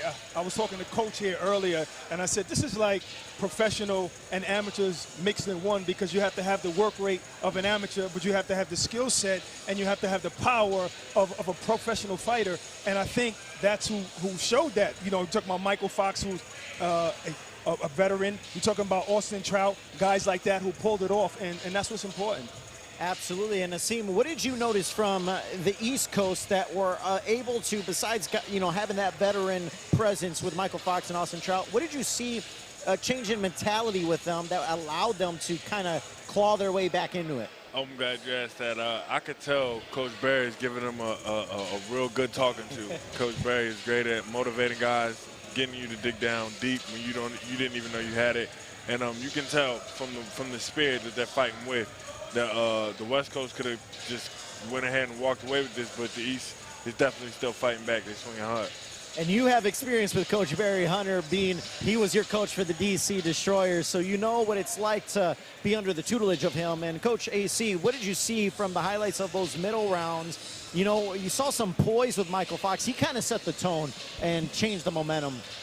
Just to agree with everybody on the panel, it's like you need to have that style where you're an amateur and you're throwing a lot of punches, but you have to have the confidence to sit down on your punches. And thank God that they have the seasoned vets on the team that help guide them and let them know don't do anything crazy. Just continue to box, win each round one by one, and then we'll make sure we keep ourselves within striking distance for these money rounds. All right, so I just got word Jennifer Miranda, who was supposed to kick things off against Florencia Britos, broke her nose. Oh. So we are going to go to round 14 instead. So we will only have 5 rounds in the money rounds. 5 rounds in the money rounds as we take a look. So Florencia Britos, Jennifer Miranda were supposed to kick things off, but Miranda broke her nose, so that fight will not be happening. So we'll kick things off with Sean Bates, Randall Canaday, Ray Vega, Diane DePestre, Lisette Lopez, Tyreshla Douglas, Esteban Munoz, AJ Graham, and Alejandro Silva, and Quincy Williams. Quincy Williams is a name for the East Coast that had a tremendous first season, 20 years old, and Hasim, you could probably speak to this. He was on your team, and he was really one of the highlights of your team alongside yourself. Absolutely. Quincy, he's the guy that comes in the gym, and he doesn't say much. He lets his work do the talking for him. He ups the pace every round. He goes hard in the gym. He's there. He's one of the very few special fighters that I've seen this year. I think he's got world championship attributions in his future. All right, I believe we are now set to kick things off for our money rounds. Let's send it back to Beto Duran. Thank you, Miguel. We get ready to go. That's a bummer that Britos and Miranda did not happen, but the fight before that, Osundario got the round. So because of the broken nose, it's a 10-9 walkover for Britos as we continue in the money round. Jack Reese is our referee for the next 5. Sean Bates in red. Randall Canaday in the blue. It's 125-121 for the West squad. Yeah, that was good motion over there by the East Coast guy in Randall Canaday. He's got a cat-like instincts, you know. He's just catching the motion and the movement of Bates, and he's really just replying.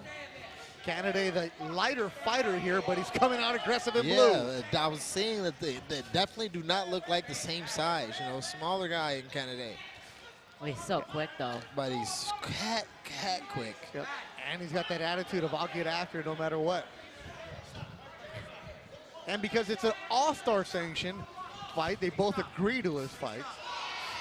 And Bates is coming out strong, but Canaday's not intimidated at all. Not at all. Good answer back there, even though, you know, Bates did land 2 good punches behind the ear. It was a good reply by Canaday to let him know we're still in this fight, you know. It's going to be a long night for you, or at least a long 3 minutes. Ooh, good uppercut. Good uppercut. Bates looks like he's just fighting very angry right now. Look how relaxed Canaday looks. Yeah, he also is very strong. Nice. There you go. He caught him on the chin. Trading punches in the middle of the ring.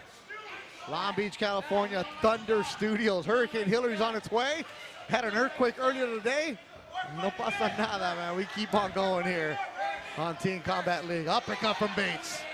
Hook from Kennedy. Nice. Good punches by both of these guys. They Now are they're definitely trading. all-star fighters right now. Getting after it. Left and right, back and forth. One guy's fighting ferociously and mad and Bates, and the other guy's fighting almost survivally and instinctually, just doing a better job of being a smaller guy. It's almost like that Be Still. Oh, good wow. combo right there. He's moving. If that motion keeps going, he just keeps it flowing and rips from the hip. Kennedy's doing a great job of, you know, ripping from the hip. This is just the appetizer. This is the all-star section of Team Combat League. Still to come, the Mega Brawl, Atlanta, New York City. Bates and Kennedy warming it up for you. They both have excellent punch selections. They're both throwing very effective, hard punches. And this is one for the audience. Look at Bates looking at the blue squad. Uh-oh.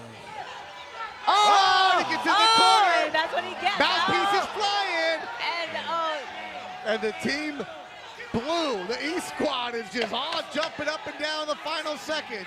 Gunther said, that's what you get for talking trash. That's what you get for showboating. Yeah, like that. And this is exactly what you wanted to see in the money rounds. This was a great money round That was boxing. fun. One to watch for right here. This optics is beautiful for the audience. Fun stuff. The minute Bates looked over, got in the corner, mouthpiece flying. Oh, it would have been lights out. He got into that corner. They're just trading back and forth. But that's That what he was was good. talking. Great boxing right there. I mean, just backing him up.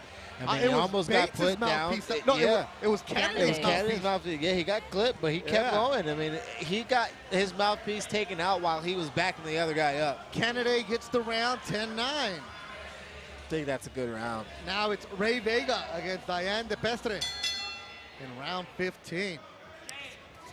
Vega in the red, DePestre in the blue.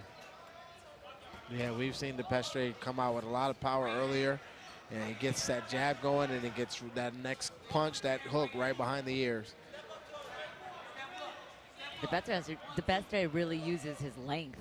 He's got tall and long. Yeah, and they're strong, you know. He catches you at the end of those punches, and he does some damage with you. Look at that chopping right. 134-131, a three-point advantage for the West Coast All-Stars in round 15. So it's still not over. Oh, good 3-2 right there. Left hand to the right hand. He's so long that once he steps in for that for that hook, I mean, he's just getting all of everything that he needs from Vega.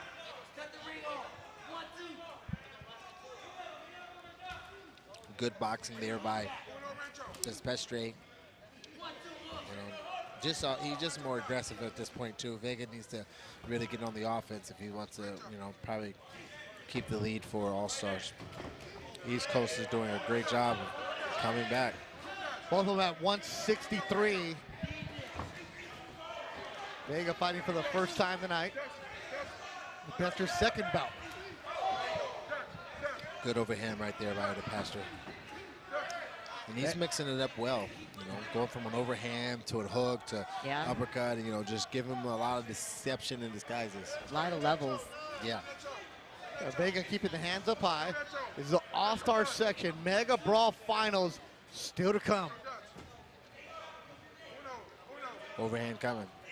Yeah, Vega knows something big's coming. Uppercut, left hook. Vega has just at least a mid. Oh, he caught him with an uppercut. DePestre.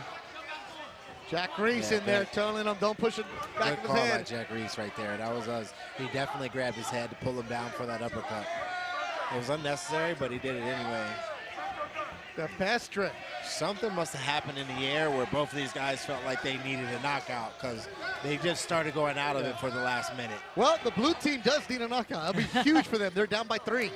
And I believe they are winning this round. So something happened where they both just started going after it. There, you see Barry, look at the whole team The over whole there. blue squad right next to you, Cote, urging their teammate DePestre on. Yeah, maybe they heard him, and we didn't see it as analysts, but they really are urging him to step on the gas. Oh, that was a good slip and rip right there. The women are next. Lizette Lopez, Riri Douglas. It's getting closer. All-Star Team Combat League action in Long Beach, California. Oh, it's close. Did Pester do enough to win the round? Yeah, I think he did. Woo, they hug in the middle. It's the last time they'll be in this ring for Team Combat League. So I know that they wanted to close the show with the knockout, but still, I believe DePestre took it. Great rounds right there. Oh, it's nicely here at the Thunder Studios, Beto Duran. Bubba Jenkins, Cynthia Conte, ringside. Bubba, the action is good. Yes. It's an all-star, but man, they're not treating it like an exhibition. They want to win. No, they want to win. They want all the bragging rights. They want to take it home, East Coast versus West Coast. And like I said, they've got 2 East Coast teams representing us in the finals. But as East Coast and West Coast, they want to really represent themselves. So it's awesome to see. It really is. Like I said, these are bragging rights. They are treating it like they are real fights. They do want to go for those knockouts because they want to say at the end of the day, I kicked her butt. And right now, that's like Kuduro's playing. That means La Mano Arriba, get the hand up. That's what they want to do. And DePestre gets his hand up in that round. It's a 10-9 round for Dayan DePestre and Team Blue as the Blue has won. Coming back. They're chopping in. They're down by 2 now. Yes, they are. Lopez and Riri. Money rounds have been very big for the East Coast. I'm not sure that the West Coast has won a money round yet. Well, they have not. It's been all, well, technically they did because Florencio Britos. Okay. And the walkover because Jennifer Miranda busted nose. But in the ring, it's been all blue. Yes, it is. I mean, that's a testament to Flo, how hard she punches for her nose to be broken, unless it was a headbutt that we didn't see. It was a punch because if you look, she's right next to Greg Hardy over your shoulder, and her nose is twisted like if it was from a punch. Oh. You'll see it. Once you see it, you can sit there, you're going to be like, oh.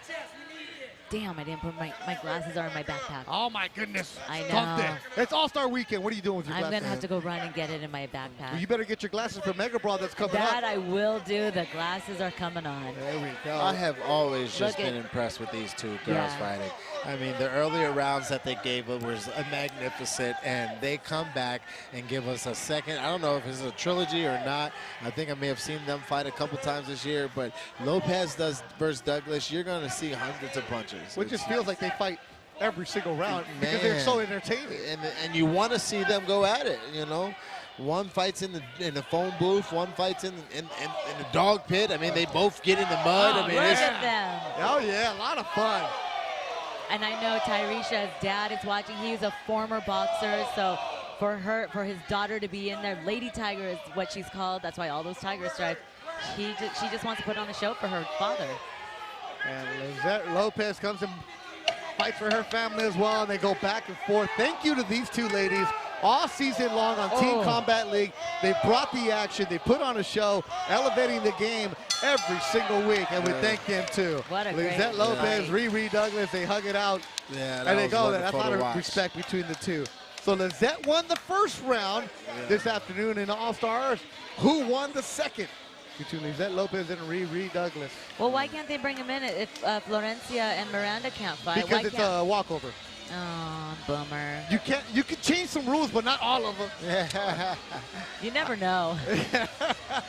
I know you want to change all the rules. You never it's All-Star. know. In other words, we need to get Riri and Lizette Lopez. I don't even know who won that round. It was so good. It was so fun. I think Douglas did a good job of representing her team and maybe tying that score, you know, between the 2 of them 1-1. See, you need another fight to break that tie. So Douglas did get that round, which is an important point for the East squad. And now we got Graham in there. A.J. Graham, the southpaw, who was clipped in the 3rd round. He's up against Esteban Munoz. And this is a big change in what he was dealing with earlier. You know, he was dealing with a longer, taller, rangier fighter and hunter, and now he's dealing with a shorter guy who seems to be right there for the hitting. Yeah. And who he's not attested to his TCL speed yet. This is TCL. Most of the guys in here know what type of speed and know what type of pace you need to have, and it just seems like Munoz has not picked up the TCL speed yet. Most importantly, though, for Riri Douglas, that round cut the lead to 1. The red squad, the West squad, up by 1, 152, 151. Esteban Munoz back to in there. in that ring. Well, welcome to TCL. Esteban, you better give your team an advantage. And A.J. Graham, after getting dropped in the third, created a 10-8 round. You know, there's a lot on the line for him right now. Yeah, he wants to get that point back. He wants to get the score back, and he's doing it. I mean, he's crushing and pushing forward on that. You know, this is similar to the swing we watched L.A. or Vegas have. You know, Vegas was winning the rounds, and then the other team came back and stormed them. It seems like West Coast was out in front, and East Coast is coming back and storming them. So, you know, we're seeing, history repeat itself in TCL. It looks like Munoz is so overwhelmed by Graham's speed, by he's so ferocious. And yeah, it's just he's not used to the TCL speed yet. Yeah, absolutely. It's the understanding that, you know, in the beginning of the TCL, a lot of guys kind of started slow. Now you're seeing some of the vets or some of the guys who've been here a little bit just get out there and immediately start punching heavy. Strong round for A.J. Graham. Warren Graham, A.J. they call him. Both weigh 147. Huge opportunity for Team Blue to get back in and tie this game up. Yeah, and I'm sure Munoz cannot believe there's still a minute on the clock. Yeah, it's one thing to be training, another thing to actually get the call and say, hey, you're fighting in 2 days. Yeah, absolutely. Good punch right there. Graham needs to get off the ropes. He does. Yeah, a little rope-a-dope there with the action he was doing. And with the hammer is going to be Alejandro Silva and Quincy Williams in round 18. 30 seconds to go in the 17th round. This is the All-Star section. Team Combat League Mega Brawl Finals coming up next with Atlanta and New York City. Now Graham showboating a little bit. Yeah, he's got to stay sharp because he was winning the rounds. He's starting to let Munoz back into it a little bit. He got clipped with 2 seconds to go earlier today. Yeah, he did. When he was also winning the round again. Nice body shot by Graham. And that'll do it. Solid round for Graham. Does he get the call and tie it up?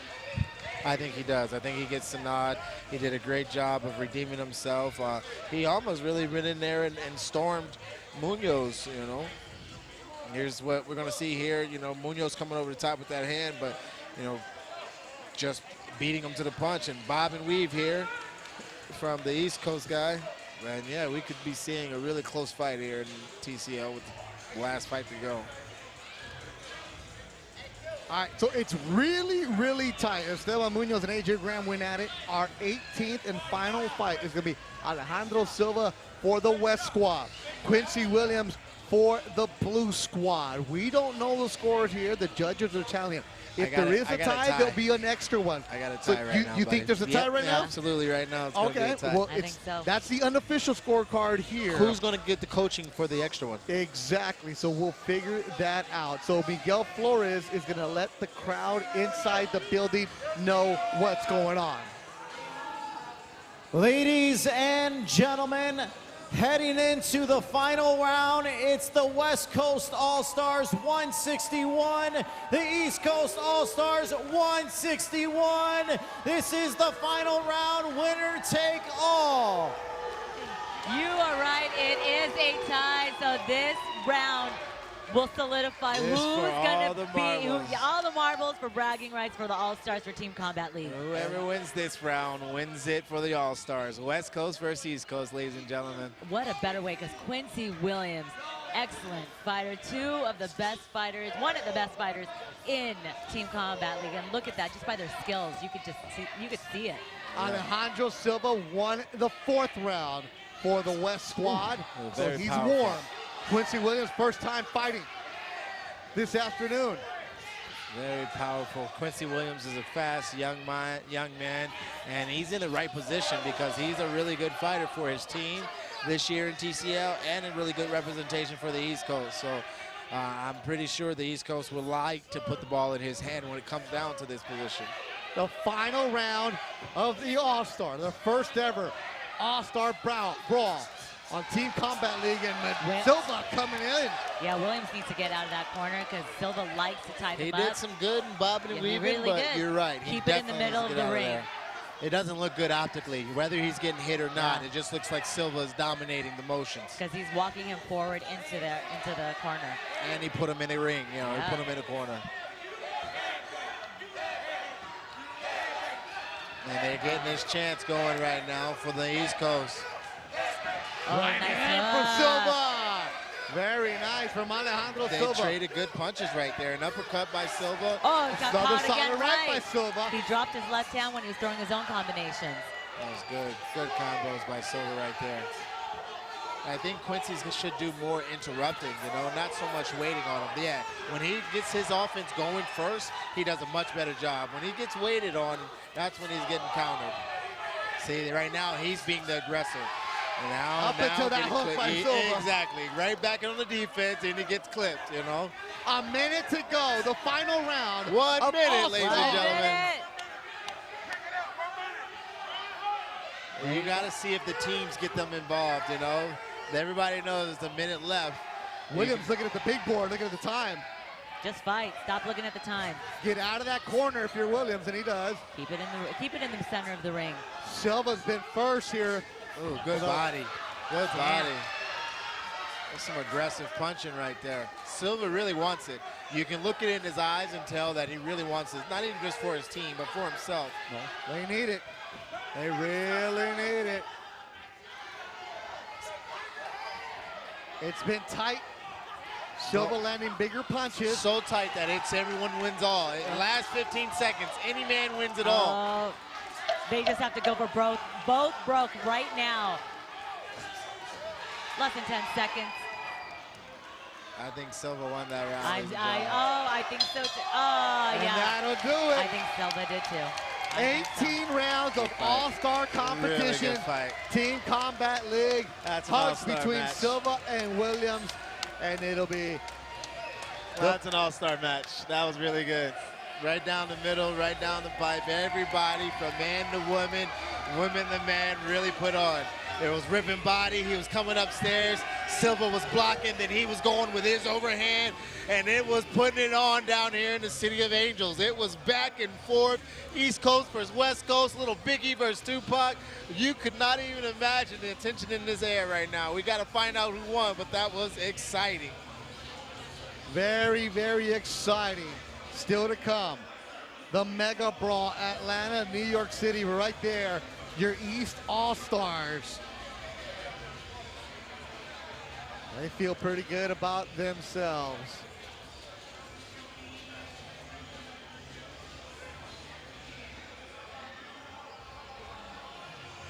Who you got? I have no idea. Because I can make a case for both of them. Yeah, absolutely. That's the thing. Absolutely. That's exactly how it should go down to, you know?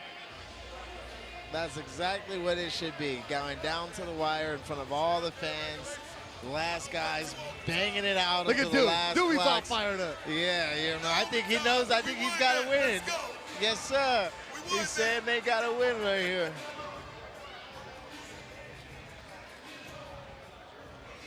Wonderful night of boxing right here. And we still have the Mega Brawl to come, so that's an exciting night. The tornado may have crashed inside the Thunder Studios with all the action that they're bringing tonight. All right. Miguel Flores is ready to let us know who won.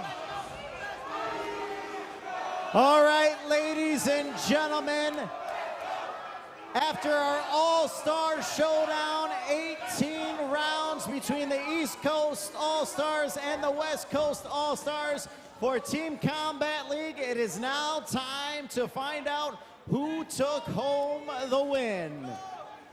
By a score of 171 to 170, the winner of the All-Star matchup is the East Coast All-Stars.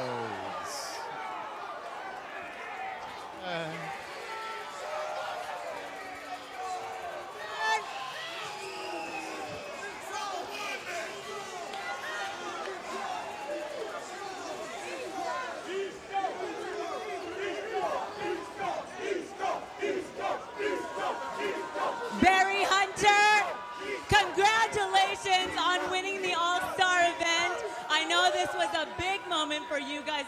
We went to a tie and Quincy Williams pulled it off. Congratulations. How do you guys feel right now? You see them, they're elated.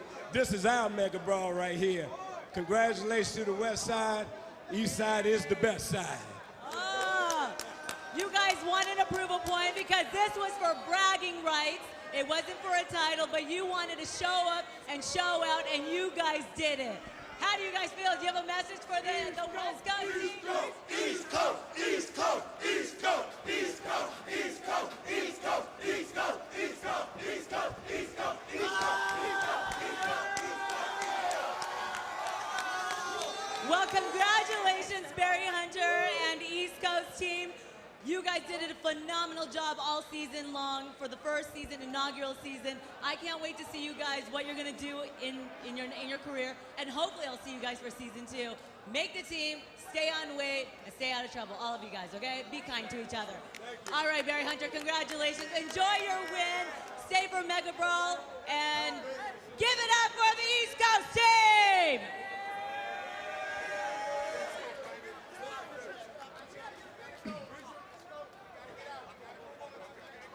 For the East Coast squad, all fired up inside the ring. Good job, Cynthia, capturing the emotions from the team of the photographer, making sure everybody moves back, get everybody in there. Barry Hunter and his team fired up, so congratulations to the East All-Stars. All right, so we know that earlier today, had some issues with the stream. Part of it is because there's a hurricane here hitting Southern California.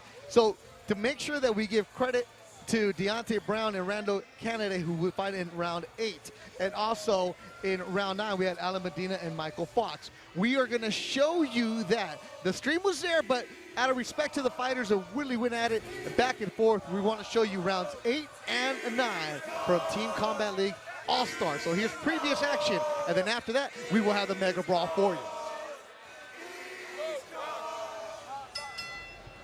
Looks like Team Tupac's walking away with it, huh? They're looking good. A lot of that was due to the big knockdown by Keith Hunter in the 3rd round. Big move. The southpaw is Brown. It's good to see 2 Hunter brothers representing TCL in the All-Star match. You know. They're so fast. They're so fast. Kennedy, Brown comes right back. The next fight's going to be Alan Medina and Michael Fox at 149. But this is where the blue team just needs to get some rounds. They've only won 1 round so far tonight. Yeah, and really West Coast has put it on the pressure on and have not released, you know, by staying aggressive, having more volume, and actually just, you know, showing up in the fights earlier. It seems to be the thing. They've just stolen the earlier sides and have survived the rest of the fight. Kennedy very quick in there in the blue. You know what's so great? I don't know if you guys talked about this earlier. So for all these fighters right now in the house, even though there's a hurricane and everything, we have undisputed king Devin Haney here in the house. So he's watching this. So all these fighters get to perform in front of him, and also former world champion Sean Porter, excellent analyst, and he has Sean Porter suits and services. But you know, for a moment for these fighters all season, they get to watch these people on TV. Now they get to actually fight in front of them. Yeah. And also for you, Bubba. Absolutely. You know, it's good to have the crowd and someone that, you know, you want to inspire, or someone who's inspired you to be in the crowd to show them a little something what you got, or maybe, you know, get some pointers after it. Hey, man, what'd you think you saw in there? What did I do? You know, so it's good to have those guys in the crowd, and this should show out to all kinds of events. And Haney sitting by the red corner. So if you're the next fighter up, you look over, you're like, damn, it's Dev? Like, oh, for real? Okay. Maybe that's what's inspired the West squad. Absolutely. You know, remember, he does have a promotion company, yes, so he could always be signing fighters under his promotion. And Sean Porter also in attendance. Good squad here in Long Beach. Well, it is the Mega Brawl, ladies and gentlemen. TCL does it like no other. Ahmed has done a great job of getting a lot of people in the arena and just putting on a great event for boxing. 30 seconds to go in the 8th round. I think it's still unsighted, but I think Deontay Brown has done a good job of just controlling a little bit. The southpaw in the red. And it is the All-Star, so they're wearing special trunks, red and blue. great offense and getting out of the way there by Dante Brown. Yeah. He hit the ball. He hit those. He hit him with a 4 or 5 punch combination and then got out of there so Very smooth. slippery. He's a very slippery fighter, able to get in and out real fast. That'll do it. Brown and Kennedy put on a good little round for us. A lot to a little bit, ladies and gentlemen. Derek Davis, the only round one for the blue squad. That was in the second round. Yeah. Fox is super, super long. Gonna be throwing with a lot of speed, a lot of combos and feints. Professor. They call him Professor, huh? Oh, yeah. Michael Fox in blue. Alan Medina in red. Southpaw against Southpaw. It's good to see Medina trying to move in with the jab. He's got to get past that stick of Mikel Fox. He's got to get past all that height and all that that Mikel has to offer. So, you get to see one guy punch from a range and then the other guy try to get in. He's just so long and rangy as Fox. Oh, that was solid nice. by Fox. Good punch. Landed flush on the jaw of Medina. Warded well, but definitely in clutch. Can the Blues start building some momentum and cut back into this lead, or this deficit that they're in? The lead is 7 points for the West squad.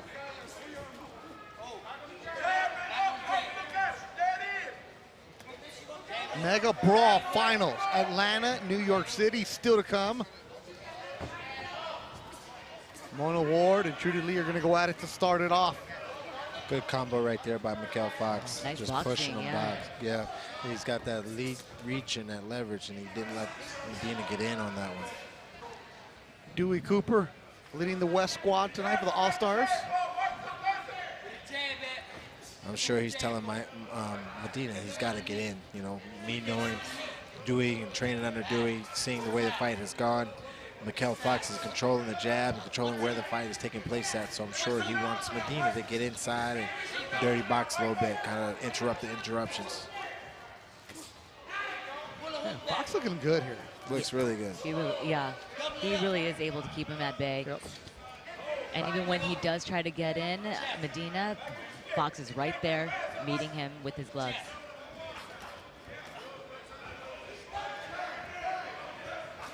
Oh, Body work, nice. mouthpiece goes flying. Good trade. Ray Carno sees it. Now he's gonna separate him. Stop it with 26 seconds. That was legit.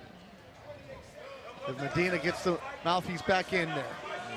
You guys now see he's knocked out right there, that's for sure. But if he's anything like the fighter I know, he wants to probably try to get this back. Strong round for Michael Fox. Beautiful round. Real good job. I'm so bummed he came in so late in the season that he would have done honestly very, very well throughout the season. Hopefully he'll come back with the next one. Oh, Yeah. left hook from Fox again. What a round for Michael Fox.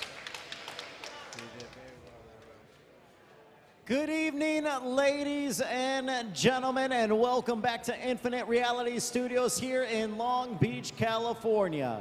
Now, before we begin our main event of the evening, the Atlanta Attack versus the New York City Attitude, I would like to ask everyone to please rise and remove all hats for the singing of our national anthem by singer, songwriter, and content creator, Wymack.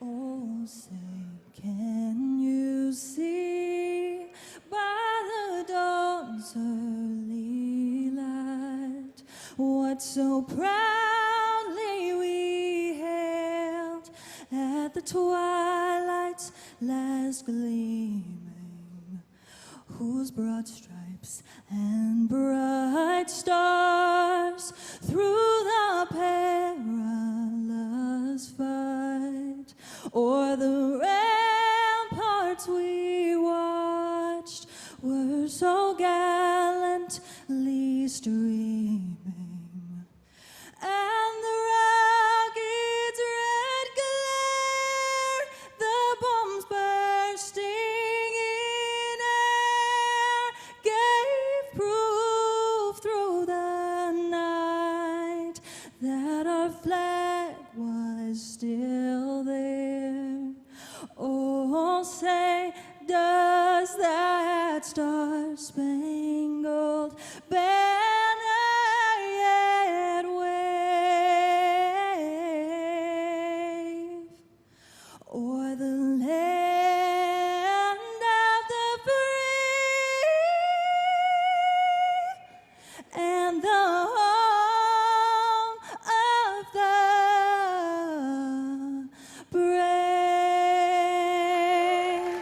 Thank you. God bless. Great job by Wymack, and also Miguel Flores is handling the hosting and ring announcing duties here tonight. It's Long Beach, California, Infinite Boxing Studios. It is time for the Combat League Mega Brawl. Atlanta and New York City are ready to go. What they've been fighting for all season long. An idea that started in Connecticut, moving to Southern California for the semifinals and the finals.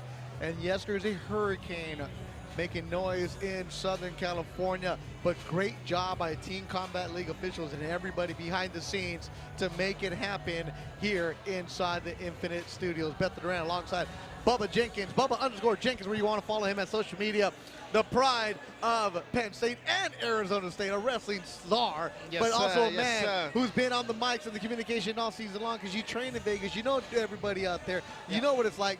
I want to get your perspective as a man who isn't a boxer, but can appreciate the team sport concept. This is a different vibe, different attitude, but it's still fun. Yeah, absolutely. Me in mixed martial arts, you know, me having that striking background, wrestling background, mixing it all up, to come out to see, you know, the boxing, a love that we have, the boxing, the sweet science that it is, mixed with a little bit of that college wrestling background where we send out our wrestlers, we send out 10 different weight classes, and we're trying to rack up points to win a national championship.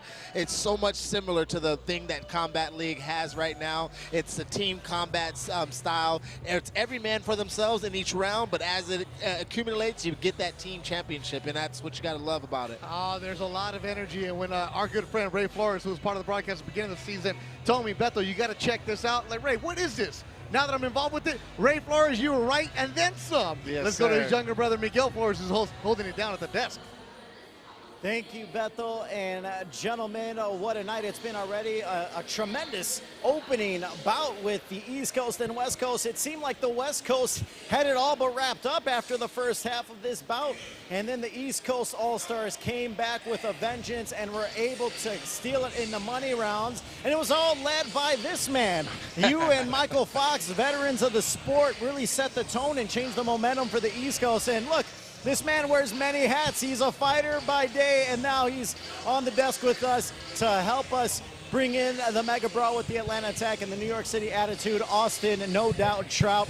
Great performance, tremendous round and victory. And before we discuss and dive into, you know, the Mega Brawl, let's talk about what the East Coast just did right there, Austin. What was your thoughts on it? This is the first time you participated in this. You were a special wild card edition for the East Coast, and it ended up being a huge factor.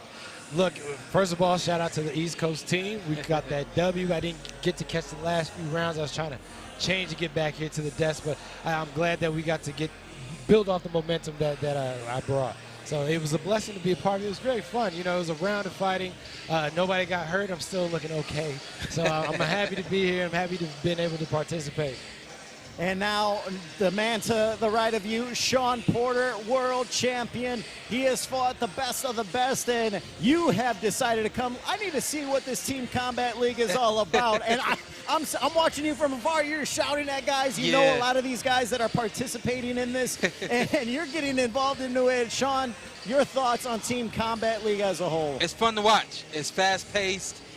These guys, not only that, but these guys got a lot of experience. As you said, I know a lot of these guys from the amateurs, just going to the tournaments and seeing these guys. So another part of this Team Combat League that I really like is the fact that these kids got somewhere to go.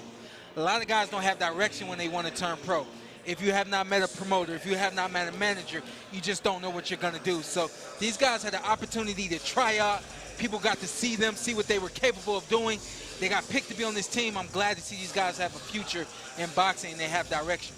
And you saw right there how much it means to these guys. You saw they're jumping down in the ring. I mean, they were ecstatic. And you can really see there's a team camaraderie, and these guys weren't even a team the whole season. And let me say this, I really don't think you would see that from, like, if you put a bunch of the world champions now, you wouldn't see that same kind of camaraderie and energy. Those are all young kids, young men who just came from the amateur program, where you go to a national tournament with guys from your region, and you're representing us, 11 of us on the team, and the team wins that team trophy, you know what I mean? So that was a big deal for them, but they just came from it, so they understand what they just did tonight. He hit that on the money. From the amateur days, we make a team, that's our team. Right. Yeah, absolutely. I never met these guys, but we're fighting to the death now. And Barack, you mentioned that, you know, that's what makes Team Combat League so exciting is you have those teams to root for. You see everyone, these were all-star teams. They weren't together all season, and yet they were that excited. I can't imagine what it's going to be like for the Mega Brawl with the Atlanta Attack and New York City Attitude with so much on the line. You know what I learned tonight? I learned that, you know, every fighter wants fans rooting for them. And it's one thing when fans love you and root for you, but when your peers respect you and you can have a loss and still be a winner because of your team. Austin, you turned the whole thing around. I think kind of Silver won that last one. I think maybe West Coast should have won, but that's okay. Hey, East Coast pulled it off. And I just love it. Like when your peers are encouraging you, it's better, right? Yeah, Am I right? It's definitely different. That team spirit. Yeah. You know, I felt it in the ring. I felt it before. I felt it coming out. A lot of these people I met just now. Yeah. You know, but now they're my brother. Yeah, no doubt. And you could tell there was an adjustment. You had to get. I heard Barry Hunter yelling at you 1 minute, Austin, 1 minute. And usually, as what you're used to, you're like, I got 4 more rounds, 5 more rounds. I am a slow starter, so I'm gonna take is this round off right here. here. I'm a slow starter, so it was an adjustment. But again, it was fun. And if I get a chance to, you know, fight again or say, coach, I know what to do. Look at Austin, a lot of experience. These kids, and we seen every fight was fast-paced except for this one. Yes. Because he's a pro, you know. So again, we're talking about Team Combat League, 1 round, 3 minutes to do it.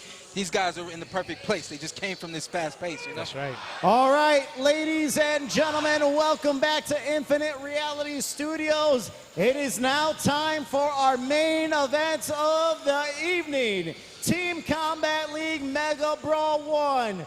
Who will take the crown? The Atlanta Attack versus the New York City Attitude. Let's meet our teams. First, led by coaches Sam Arnold and Mustafa Minkins, here are the Atlanta Attack. Introducing first, Mona Ward.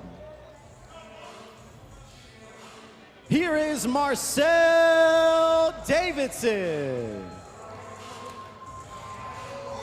And now introducing Javon Davis.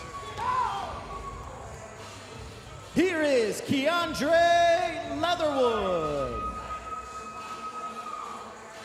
Introducing Frankie Solomon. And now the heavyweight, Devin Young.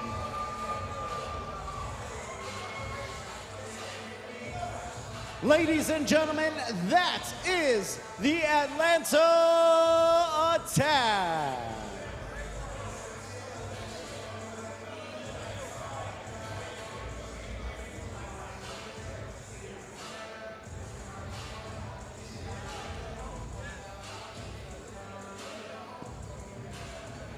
The Atlanta Attack Squad making their way to the ring back here ringside, Beth Durant alongside Bubba Jenkins. It's time for the Mega Brawl. When you have a team concept, when you have that attitude, you've been working towards it, you get there, and then Bubba, you've been here when you get to the finals. Yeah. What was that team saying back there? You gotta want it. You gotta want it. You gotta want it for the man next to you. You gotta want it for the man in front of you.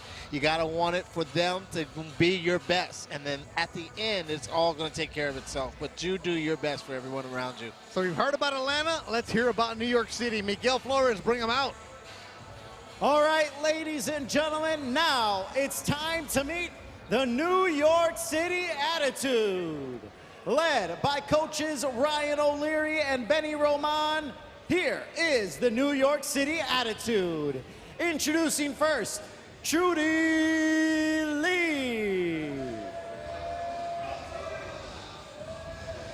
Here is Jonabek Komtamar. Here is Charles Gardner. Introducing the Team Combat League MVP, Christian Cangelosi. Here is Frederick Julian. And now, the New York City Attitude Heavyweight, Bryce Taylor. Ladies and gentlemen, that is the New York City Attitude.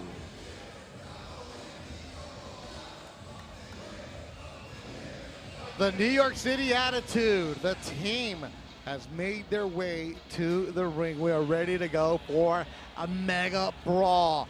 All right, when you think about it, a concept that started earlier this year. They moved the semifinals and finals to Southern California, Bubba. Now it's here. Yeah, now you see your opponent. And the thing that's different, though, on Tuesday they won the semis. Okay, but they had to wait all week long. They had the award ceremony, which you can check out on the YouTube page. So you see them there. Yeah, we got awards, but at the same time, I'm going to fight you Saturday, and there's some money on the line. That's a different attitude. History on the line, money on the line, the championship. I don't know if they're giving rings away, but they want some pretty nice things and pretty big rings. When you're out here in the championship and you've reached as long as you've gone to get to this point, you really want to bring it home. And I know both teams are really anticipating that championship run, but definitely want to bring it home and finalize this year at this TCL. At the end of the day, ring, belt, money, doesn't matter. The pride factor of showing up to the championship. When you get into that mix, that's huge for a fighter. And we're going to get going right now with the women. Mona Ward, Trudy Lee. Ward representing Team Atlanta. Lee representing Team New York City. 2-minute rounds for the ladies. Team Combat League. Make sure you follow the social media for all the behind-the-scenes action. It's time now for the Mega Brawl. Mega Brawl action, Team Combat League. Let's go. And right away, Ward with the big left in Lee's face. Just how they start here in Team Combat League. We just get after it. We don't even shake hands. We start with a punch to the face, and it's all action after that. And Ward will also fight in the 7th round later on tonight. Nice reach in with that too. Trudy caught it right there, but that left hand that she's been throwing in there from that southpaw position has been working very effectively from Atlanta. You have to jump out early, especially in the finals. We had the All-Star Brawl earlier. Now it's Mega Brawl finals, and Mona Ward is trying to give Atlanta an early lead. Yes, bouncing around that ring, Bubba. Yeah, she is. She's trying to move, bob and weave, hit and stick. But Trudy's doing a good job of keeping her in front of her, and it's around when she gets in that corner where she corners her. The launch rounds. Trudy telegraphs her punches. You can see that. Yeah, you can she's see a little her bit punches slow. coming. Yeah, slower than Mona. Coming up next, Marcel Davidson, Genevieve Komtomov. And then the final bout of the launch round, round 6, will be Devin Young and Bryce Taylor of the heavyweights. It's a good job by Mona Ward, I believe, doing a good job of reaching in with that cross. 2 minutes left. 2 minutes in the girls' round. I think she's done a better job of winning this fight. Mona's holding a lot. Also, it's Trudy, too. You want to jump out and build a lead.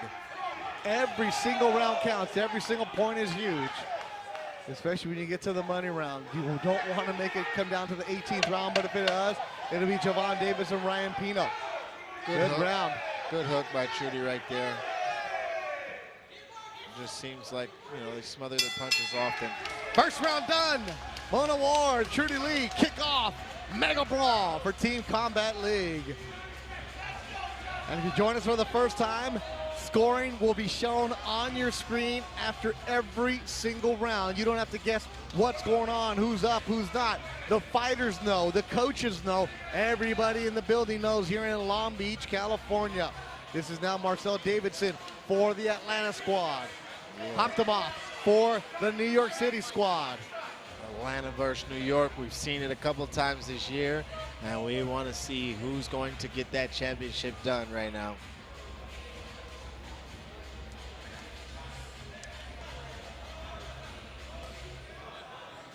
They're waiting for the judges' scorecards. And let's look at the highlights here for this round, Bubba. Yeah, she kept leaping in with that 2 right there, that cross from the southpaw position. That was one of her money punches. Truly did a good job of crowding her, but I think the most damage came when she got to leap in with that left hand. But a lot of smothering punches, a lot of dirty boxing here, so it's going to be hard a little bit to judge that. Yeah, the Mona Ward got that. So Ward got the first round, so it's 10-9. Oh, Marcel Davidson and Jonabek. So Davidson has a brother that was fighting in this season. Yeah. And Jonabek he's a good fighter. Good to see brotherly combat in here. Team Combat League has it all. Yeah, I think Jonabek is, I believe, Uzbekistan, I want to say. And it just looks like a different size in Davidson, but, you know, those tall guys at those different weight classes, they always seem to fill out very well. And they both came in at 138. Yesterday, Attack in red, Attitude in blue and green. The southpaws seem to be giving him a little bit of trouble there. Davidson just so long with that reach advantage. Yeah, when you're long and southpaw, it just seems like you have so many more advantages and so many more things you can do on an offensive level. That 1-2 is good money for him. Jonabek, he's shorter, but he's used to fighting the taller fighters, he told me. Yeah, it seems to have a little bit of trouble of getting in on Davidson right now, so he's going to have to do a little Mike Tyson bob and weave and be looking to get some hooks going. He knows how to slip punches. Lands the right hand, does Jonabek. He's always on his toes, and Jonabek, you see him bouncing around. Lands a hook, it's out.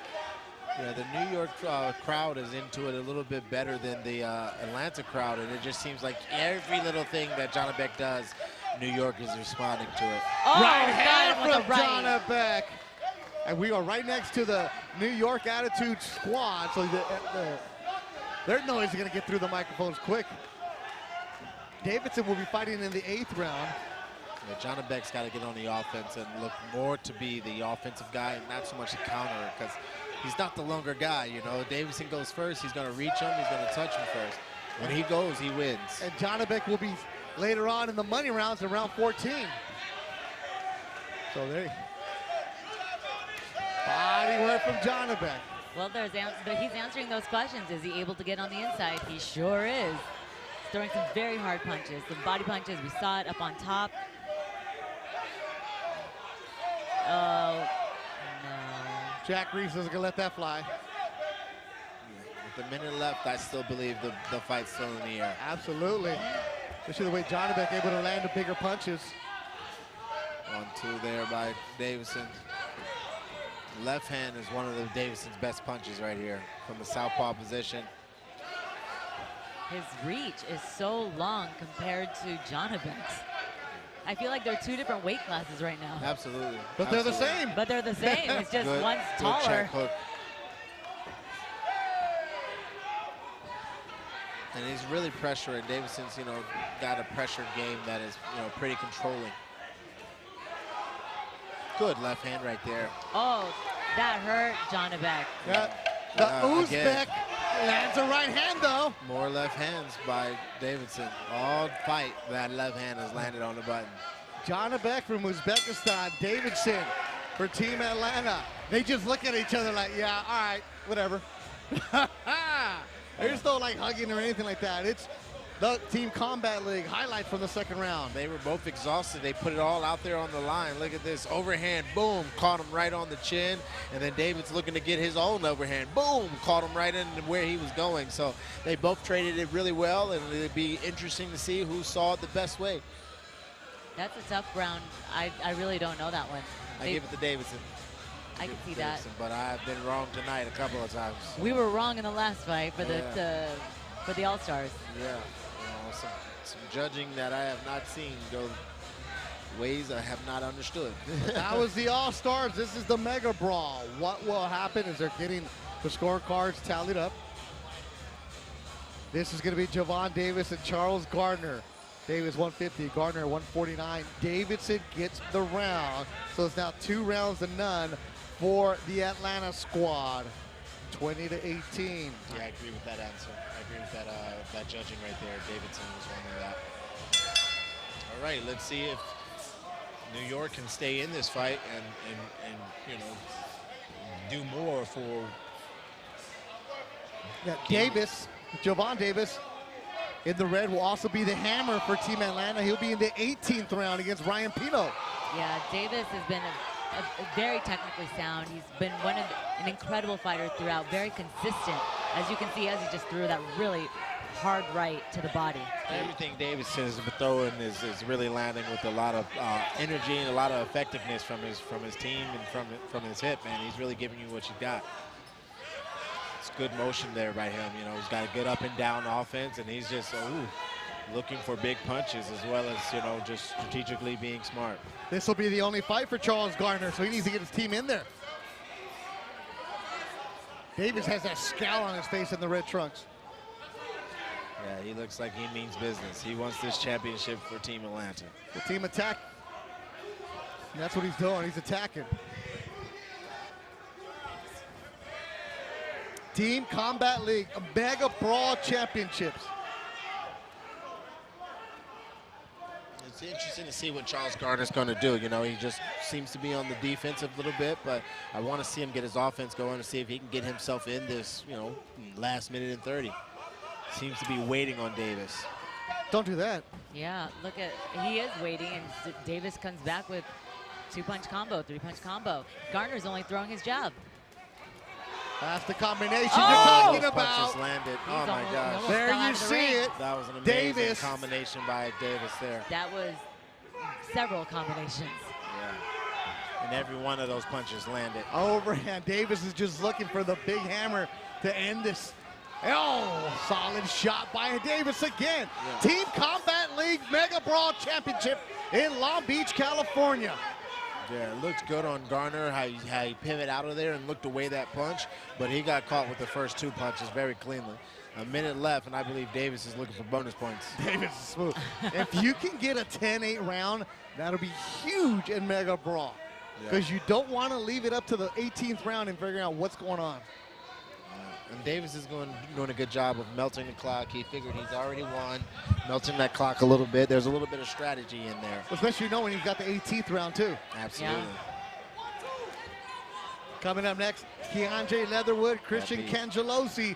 And Cangelosi's been a big, fun fighter. Oh, Davis just ran into a big right by Garner. He did run into a big right, but the only thing that Garner's been throwing other than that right hand was a jab. He's been getting beat all fight, but he did have a good jab. I think he did more feints in this round, trying to throw off Davis, but it's not working. Like that, I don't know what he's doing. His fancy footwork. It's a little too late.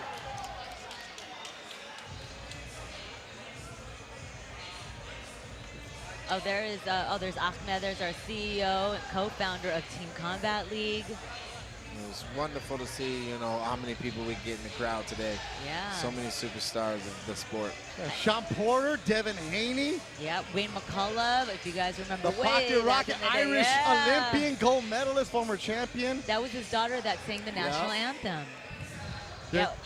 We also have others, Ahmed. Yeah, I don't know who he's sitting by. There's his wife to the right. Earlier, Devin Haney, Bill Haney was here with his team.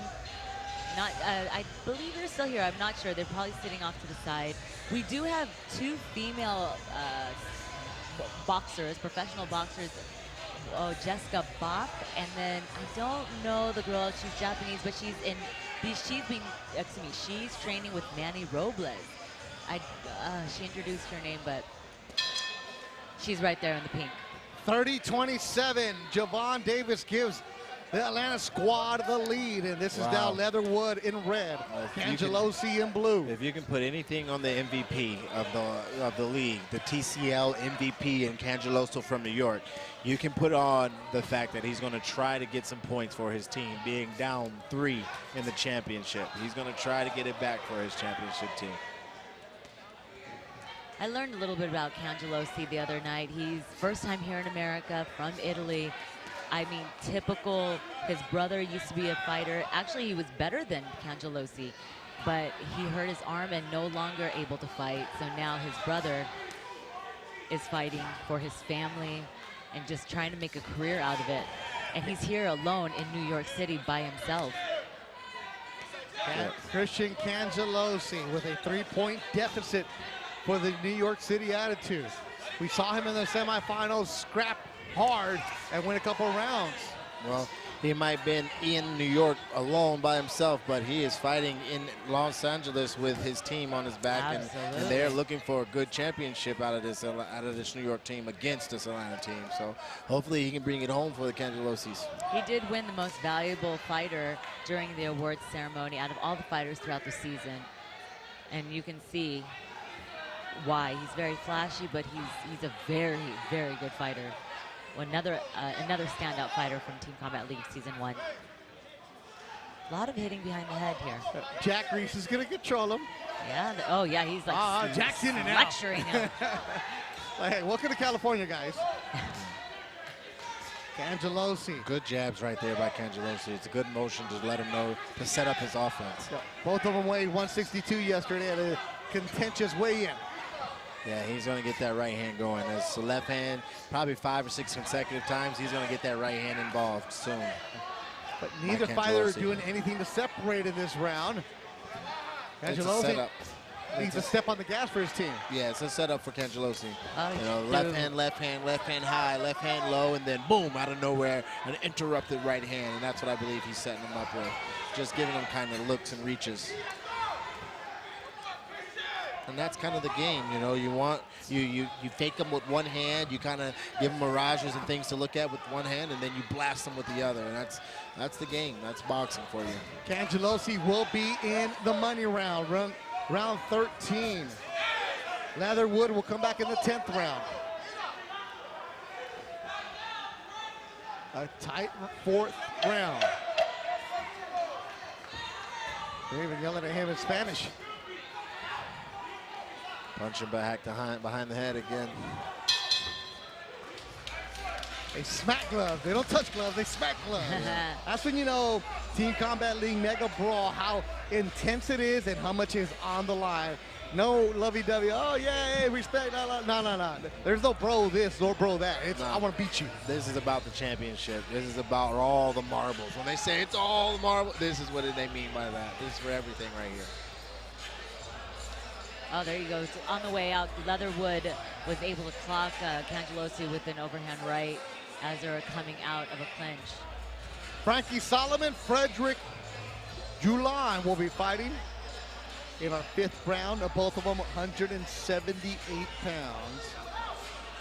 Excited to see the outcomes. You know, this Atlanta team is down by, is up by a little bit, so you know, they want to try to keep the momentum, and we're going to see if Frederick Julan can swing it back into New York's favor after I believe Cangelosi just won them that round. Oh, Julan's going to be in the ring. We've seen him.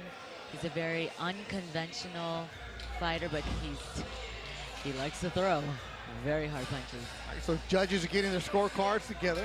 Again, we give you every single round result. So there's no surprise to anybody what goes on. So if there's a little bit of a delay, good. Let's make sure we know what is happening. Usually delays mean that there was an understanding of the way the card should be, but they have a little bit of dispute going on right now. And for the first time tonight, Team Blue gets around. Cangelosi gets New York City ahead. Finally, for one round, they still trail 39-37. So that's big for Cangelosi. Can Julan build on the momentum? Here in the 5th round, Julan in the blue trunks, the southpaw, against a fellow southpaw in Frankie Solomon. It's a good jab by Solomon. He's got a really good motion going, and you know he's setting him up with that good head fake. He's leaning a little bit. Can't be leaning like that. Only one round for these fighters tonight, so they got to give it all. They got to put everything out of the tank. You will not see them in the money rounds. Yeah, you're going to see if they get everything out of it right now. Solomon looks like he's fighting scared. Julan is just a lot.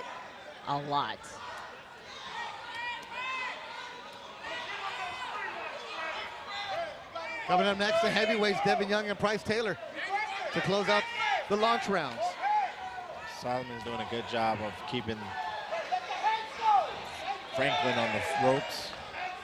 Even though they got Cangelosi up there, I know that Cangelosi just fought, so Solomon is keeping him on the ropes and doing a good job. You know, I think Franklin needs to get off the ropes and get his offense going. You know, this is Frankie Solomon's MO. Get in your face, rip you on the body, and try to keep you against the cage right here, keep you against the ropes. Well, I guess I was wrong. I said Solomon was fighting scared. Yeah, nope. Right hand from Julan. Yeah, can't keep leaning like that. Solomon's doing a good job of getting in, but when he's moving away and he's getting on his horse, he leans. And, you know, somebody catch him with a leaping hook. That's going to be real bad for Solomon, but he's doing a good job of winning this round, I believe. New York City Attitude down by 2. Julan trying to get him back in the mix. It's Solomon still slugging away, the lefty in the red. Yeah, I don't think Frederick Julan did enough to get the New York back into this race. Wait, you're only going 1 round. You got to empty the tank. Yeah. He just looked lethargic the entire way, you know, very slow, very uninterested, you know, and Solomon's still doing the same offense, running him against the ropes and just body him, outworking him, really. That's the outworking. Oh, wow. Big punch there. Julan lands the big punch. Big punch by Julan right there. Knocked the mouthpiece out, right hook. He's looking for a 10-8 round right here. Solomon just trying to hold on and survive the end of the round. And Frederick's got to know he's got his guy against another the rope. shot. Hurt. He's got his guy. You were losing the round. Work for your team. This is the championship. You got to go get it right now. Final seconds of the round. Solomon's going to do all he can to try to survive, but Julan's got to push on the gas and not one punch in the last 10 seconds by Julan. But was that enough for Julan to win the round? Was it enough? It's going to go to the judges' scorecards as Solomon picks up his mouthpiece with 5 rounds done. But was it enough? I want to say he stole it. But if I'm a judge and I see him not do anything in the last 10 seconds, I'm going to be a little bit mad about that. It's this left hook. He's doing good work here, body. Solomon's doing all day. He's been working against the cage, working against the ropes, and doing great body work. But it's that left hook that Franklin caught that just knocked his mouthpiece out. Boom, right there. It's the right hook. That's optics right there for a judge. You see a mouthpiece go out with the big right hook. Depends on what the judges are seeing and what they didn't see earlier. Yeah. Coming up next, the heavyweights Devin Young and Price Taylor. They're actually going to fight twice tonight. So right now to close out the launch rounds, and then they're going to come back in the money rounds in round 15. Taylor in the blue weighing 265. Devin Young weighing 221. And Solomon got the round. So that knocking out the mouthpiece, not enough. So far, it is 4 rounds to 1. Team Red in Atlanta, the attacking. In my interview earlier with Devin Young, Price Taylor, he said he's going to knock him out, Devin Young, in the first round. So let's see if that happens. And if that's the case, and in the money rounds, you'll have a walkover round where you'll get the 10-9 points. Yeah. And that's what Team New York really needs right now. A walkover 10-9 round, but Young just caught Price with a mean right hand right over the top of that shoulder. That hurt him. Yeah, absolutely. Buckled the knees just a little bit. Yeah, that was a good interview that Cynthia Conte did with. And he's hurt. Young just hurt his shoulder. Something happened. Maybe. Oh, that's bad. Because something happened where they clinched and his shoulder, did it pop out? I think he's in a lot of pain. Lord. Look at it right there. He is trying to pick it up, and they look right to the doctors, and that might have dislocated, and the fight is done. Dislocated shoulder. Devin Young, a dislocated That's a shoulder. First now for TCL. But you see Price Taylor upset because he wanted to fight. Yeah, but I don't know if in wrestling they usually give us the round, they give that team the points. So I don't know if that's going to work in New York's favor. So we'll figure that out. It's always a first. Oh, my. It was 44 seconds of the round. Yeah. And in regular boxing, if it's before Let's look the at the fourth highlight. round. Where do we?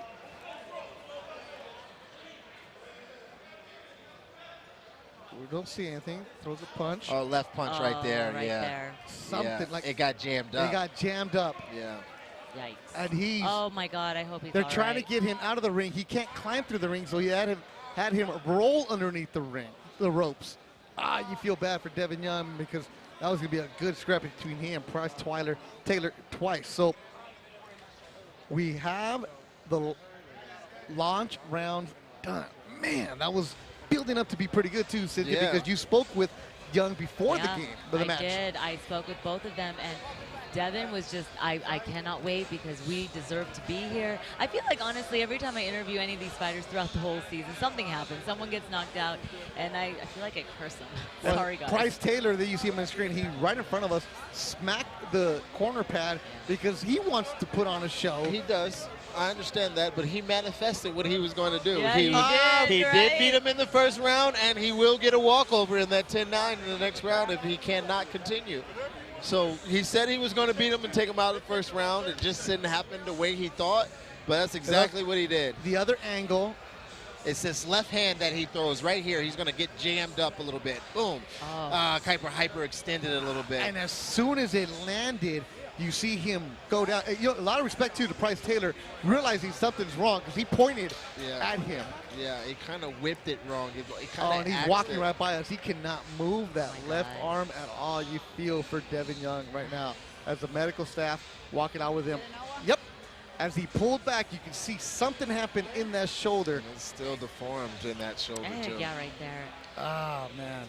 I mean, I don't want to say lucky enough, but it is the final Mega Brawl, and I wish he was able to finish out the round, but at least it wasn't throughout the season. Now he's completely out. Okay, Well, but now let's look at this now. That changes big.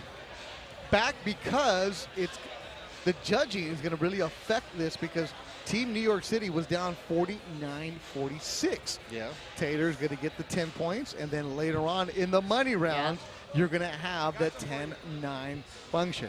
All right, so the launch rounds are done. The New York City crawling back in against Atlanta. Let's go to Miguel Flores at the desk. Thank you, Beto. And man, what a disappointing end to those launch rounds as Devon Young, who was one of Atlanta's premier fighters in the heavyweights, and that was a key matchup as we were looking forward with Bryce Taylor and Devin Young. And it appeared, I don't want to speculate on the injury, but obviously it was a shoulder injury, and it doesn't look good for him, guys, as Barack, we saw. I mean, Devin Young was a huge reason why they're even in this position in the finals, defeating Michael Young from the semis, and now, unfortunate for Atlanta, that kind of stalled their momentum because they were in full control of those launch rounds, and now Bryce Taylor gets the round. On top of, if he can't continue, that's another point that he will get because they were supposed to face off later on in the money rounds, and now we don't know if that's going to be possible. This is a crushing blow to Atlanta, especially when you talk about you coming into this fight, Devin Young, with momentum, saying that was no fluke. You know, I brought us here, but that was no fluke, so you're excited about that. And then it looked like a dislocation. I'm not a doctor neither, but it looked like a dislocated shoulder. And that could be, you know, detrimental to your whole career. Talk about the team aspect, and again, now we're talking about a timeout. You're talking about on the field injury. You know what I mean? Now the team has to band together. We know we're down, and we know now we really got to get rocking and rolling and get down the field, you know. So I just love the team aspect of it. I just want to throw that in there. Austin, we're going to take a look at the injury here, if you can talk us through it. And just by what you see, it seemed like he was just trying to throw a jab, and he obviously got stuck on Taylor. Not sure if his shoulder locked up, but as we were taking a look right here, this is where the injury happened. He missed the jab. You see Taylor, Price kind of hit it up as he hit. And that shoulder he didn't throw it back. That shoulder was limp. I think it fell back. Because as you see, he missed the jab. Price's hand just hit that elbow, which I think popped it out of place. Yeah. And it went dead from there. Wow. Yeah, that's disappointing. And now I'm hearing it will be a 10-7 round in favor of New York. So now New York was pretty much down those launch rounds. Christian Cangelosi won his 10-9. And now we're tied up at 56-56. So once again, New York City attitude. This is exactly what they did in the semis. Right. They were down big, but those knockdowns helped them stay in it, and they eventually won. So now we are taking a look at our middle rounds. Mona Ward versus Nicole Ocasio. Marcus Davidson, Ryan Pino, Khalid Johnson, Quasim Carter, Keandre Leatherwood, Peter Dobson, Devontae Williams, Ralph Clemente, Nehemiah Jones, and Ufwa King. So going into the middle rounds, we are all tied up at 56-56. And I believe we have our women in the ring, Nicole Ocasio for New York City and Mona Ward for Atlanta. Let's send it to Beto Duran.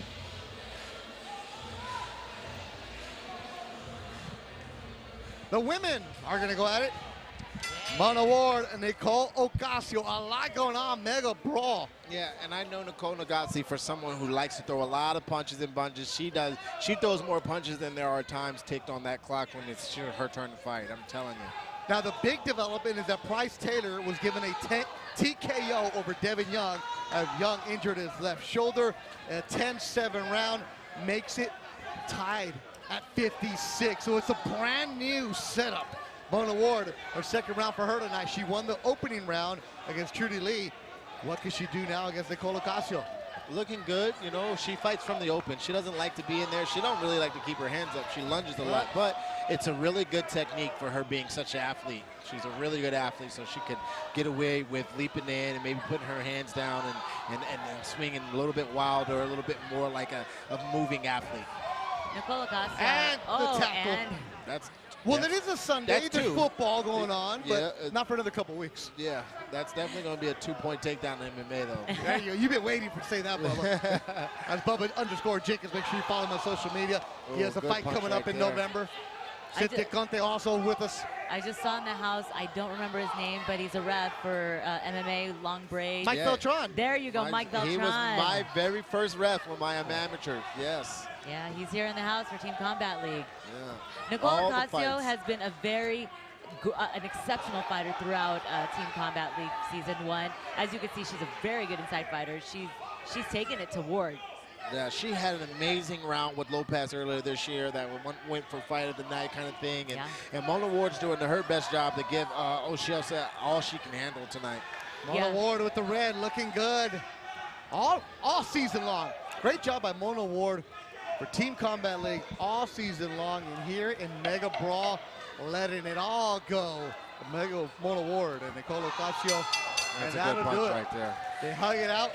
Respect to two ladies who put a great show for Team Combat League all season long, Cynthia. Yeah, Nicole Ocasio and Lizette Lopez from the earlier All-Star, they had the fight of the night. They beat out all the guys with their one specific round. So that tells me something. Next fight, Marcus Davidson, Ryan Pino. Now these two at the weigh-in went back and forth. Davidson fighting for the second time tonight. Pino for the first time. He'll also be in the 18th round. They have a wage on something, and whoever wins the cowboy hat. Huh.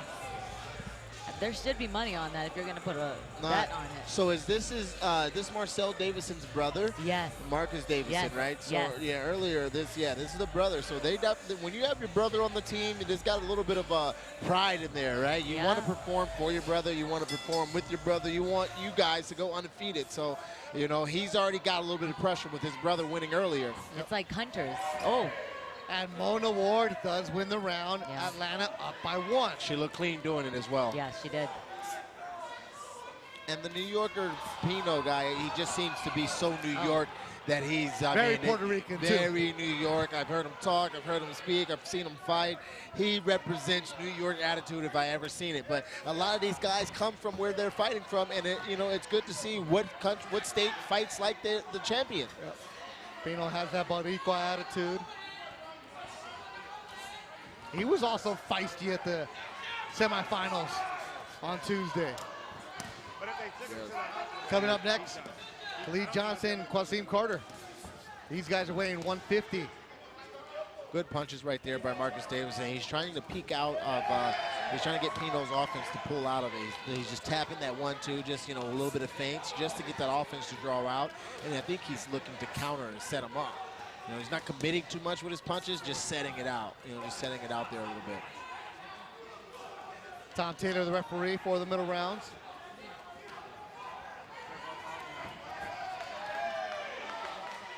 All blocked there. Yeah, Pino is,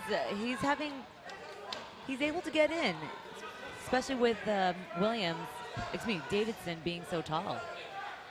So his brother Marcel got the victory in round 2. What can Marcus do? A little dirty boxing there. Pino will take on Javon Davis in the 18th round. New York City in blue and green. Atlanta Attack red and black. much going for Pino, but he's being effective. I mean, he's being aggressive. He's pushing the pace. He's trying things. I wouldn't say that he's actually scoring them, but he's trying things, and that's what matters. Oh, he did catch him on the inside yeah, right nice there. Look, nice left hook right there. Motion it, and then sometimes it just creates your offense. Sometimes you get things going by just creating things, throwing some stuff out there. Of course, you don't want to throw the wrong things out there to get countered or hurt, but sometimes creating some motion, getting some head motion going, and creating the offense gets you going on your thing.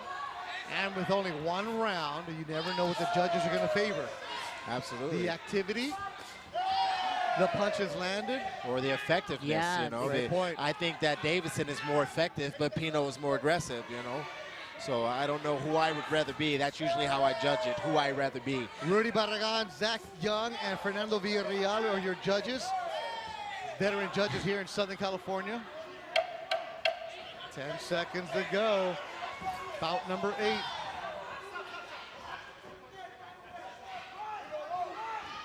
That's a fun little fight. I did not think it was gonna. Yeah, I didn't think it was gonna turn out like this. Could not tell you who won that. Pino really opened up. So he's gonna be fighting Javon Davis, and we've seen how Javon Davis fights. He is nasty. He's gonna come at Pino with everything he has, especially if they're gonna eat There's some an close overhand, around. right? Overhand and an uppercut there. A little bit of his offense going in, but then Davis gets him going backwards. You know, a lot of times he kept getting Pino on the way in. Jab, jab, got him on the way in right there. Boom, beautiful cat and mouse game right there by the two fighters. Khalid Johnson, Quasim Carter coming up next. 163 pounders. Khalid Johnson is one of Atlanta's sharks. I Yeah. believe he wants to get points for Atlanta. And they're going to bring in Johnson quickly against Christian Cangelosi in the first bout of the money rounds in round 13. Yeah, that's a good strategic plan to have Davidson come Keep him follow hot, up. huh? Yeah, absolutely. Get him in there, keep him hot. You gotta have him. You gotta have a good strategy if you want to win this championship. It's not just about your skill set. Sometimes you gotta put the right guys in there at the right time to get the momentum going in your direction. And Ryan Pino edged the round. We are tied up at 75. Pino getting the advantage for New And York that's a City. good job by Pino, still in that round. I believe that Davison was probably the better fighter, and Pino did enough in his rounds to be aggressive and still that. Be first, huh? Yes. Be first. Mega Brawl Championship in Long Beach, California. The Combat League. Make sure you follow all the Combat League social media accounts, especially the YouTube. Great job by Cynthia Conte at the award show earlier this week. Go and check that out. All the interviews that Cynthia's been doing throughout the week, so make sure you go and see that. You'll see that and then some, especially some news of what's coming up with Combat League for Season 2. I know. Thank you. I appreciate it. Lots of work, labor of love. We have to celebrate these fighters for everything that they've been through in this season. And It all comes down to tonight. And we just see right now the big heavyweight Devin Young in a sling. The arm is in a sling, dislocated. And instead of going back, he's sitting ringside with his teammate from Atlanta, cheering them on. Gloves off. Completely out of it, but definitely still here Man. for his team. And in pain. Yeah. That Jennifer Miranda has a broken nose. Yep. My goodness. Jeez. Team Combat League. If it's not the Mega Brawl and you don't want the victory, don't come. Right. They're all putting it on the line here. I mean, even Quasim Carter is giving Khalid Johnson the business in this round. I believe he's pressuring him. I believe he's winning this round. I did not see that coming out of Khalid Johnson being a shark for Atlanta. You know, maybe I didn't know who Quasim Carter was, but he's winning this round in my eyes. I was expecting more from Johnson. Oh, And no, Carter? You're right. You both are very right. Now Johnson's pushing the pace. That's what I expected from the get-go. He has no choice. He has 50 seconds. I was waiting for Johnson to come out, ball of energy, and just get after it. Absolutely, especially the way From what I've seen all season long, yeah. Especially the way he's been fighting all season long, you know. But this is Quasim's night, I would say.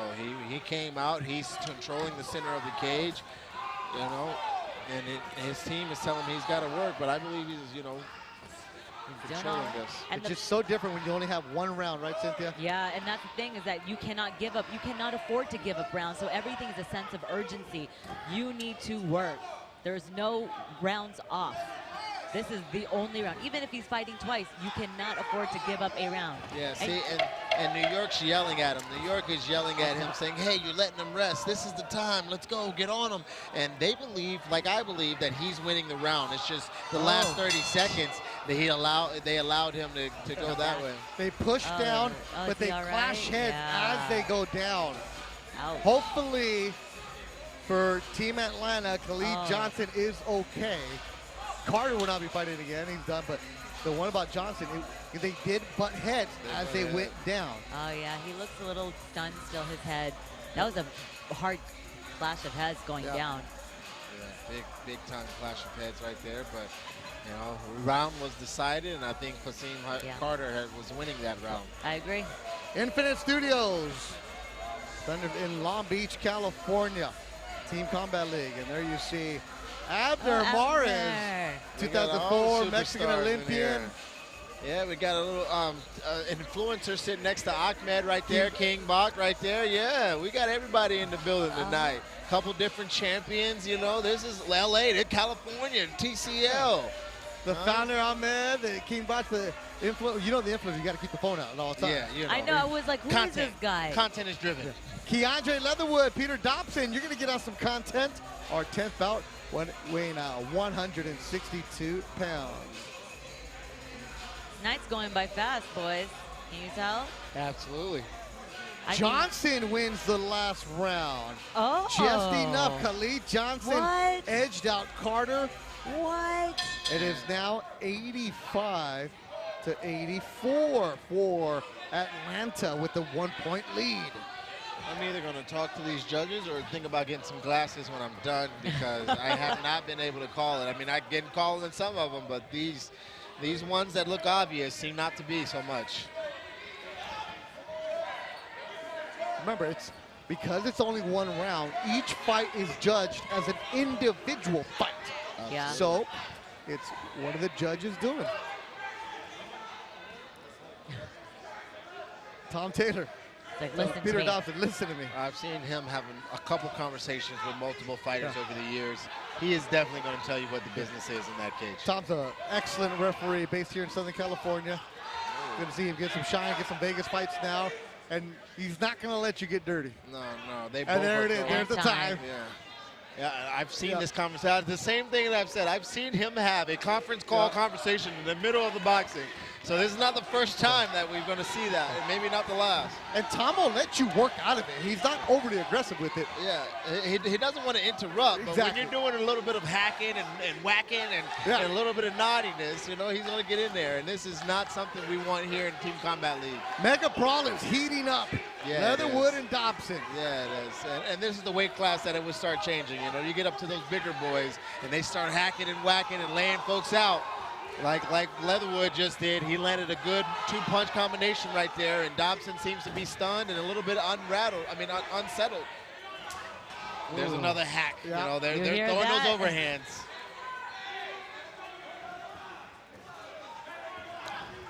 Good leap in right there by Leatherwood. Just, you know, showing your dominance. Even though the ref was getting you guys involved, you're letting them know it's still your ring or your cage or however you want to pronounce these boxing things. Yeah, the ring. Less than a minute to go. Leatherwood and Dobson. This is a tough one to judge. Yeah. Ooh, that overhand hack. One, yeah, that right hand by Leatherwood. It's wonderful to see some of these guys get the opportunity that they're getting right now tonight. You know, not every pro in the world has got that opportunity or the stage that TCL is giving, and this is beautiful to see some of these guys get that opportunity. Was that a double leg I saw? No. Yeah. All right. I'm looking at the technique here. It looked like a little, you know. Not on purpose. A little Jordan Burroughs there going, but, you know, these guys are really putting it on the line, trying to give their team that upper edge and really trying to get that championship out of the guys. Coming up next, Devontae Williams, Ralph Clemente. Oh, Ralph Clemente, we remember him. Oh, yeah. He's brawler. He's the Energizer Bunny. That's what he is. Punch lands and the clinch from both fighters. Yeah. A lot of clinching. Atlanta up by 1. Interesting to see how the judges rule the 10th round as we work our way to the finals of Mega Brawl. And Tom Taylor looks at us like, damn, I worked that round. Man, that was a lot. Yeah. Should have brought my lunch pail and my hard hat after that one. That look in his eyes was like, man, this is hard work for a championship. And that's what they're doing this for, that TCL Team Combat League Look at them fight out Championship. of the clinch. I'm so happy that there is a very small crowd here because we are having a hurricane and storm and flooding. So for the people that came and physically drove out, flew out, we're very grateful because no one ever expected this kind of weather, but they wanted to come watch them fight, and these fighters are putting on some great fights, memorable fights, and fun fights. Devontae Williams, Ralph Clement coming up next. Clement 177, Devontae 183. Leatherwood gets the edge. Keonjay Leatherwood, being more effective, gets the edge. So now it's a 2-point lead for Team Atlanta, a team not many expected to be in the finals, Cynthia Conte. You've seen every week. I have. You know, it's Atlanta Attack. The coach even said we were the underdogs because at the very beginning of the season, a lot of drama happened. And Clemente almost went down. The Energizer Bunny, he's just going to keep going and going. He lands a shot He there, got Clemente. caught with a left hook right there. That definitely stunned him, got his attention. And he lands a left and a right. Oh my Clemente. They're goodness. just slugging. He's slugging it out. Yeah, Clemente clipped him. Even though he's been clipped a couple times, he definitely did his clipping, and I think he's wearing the better of the punches. There are no jabs allowed in this round between these two. It seems like it. They have a rule book, right? Devontae Williams has not thrown a jab to get Ralph Clemente off of him yet. Hook and a right hand, that's all they got. But someone's going to pay for it, I'm sure, because they both look like they want to put each other out. Man, there's no strategy for this one, Bubba. It's let me overhand. Was that a feint or boom, a jab right to it, right? You know, he just kind of poking that hand out there like it's a jab, but it's more of a feint, hey, look over here to a meaningful punch. Yeah, hit behind the head. Yeah, a little street brawl right here. Oh, this is exactly the street brawl. I mean, you're going to have a dude named Clemente from New York. You're going to have a brawl. Oh, yeah. I mean, you're going to get Atlanta fighting New York. You're going to get a brawl regardless. Getting in that uppercut before Thomas Taylor breaks it up. I've seen Atlanta and New York brawl in basketball, so you know what's going to happen in boxing. You know, They're allowed to?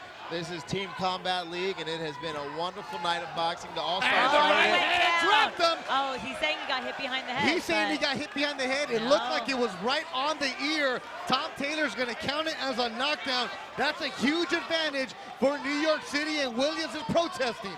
Oh, you know what happens when Clemente gets a knockdown. 10-7. He's looking going. for a 10-7. Clemente's going for it. Yep. He's looking for a 10-7. And snapping back the head, and it's down again. Clemente left, dropping down Williams twice in this round. Williams' eyes a little glassy, and the fight has been ended. A huge break for New York City, and Ralph Clemente show all the emotion. It's a 10-7 round for New York City. Ralph, don't hurt us right here, bro.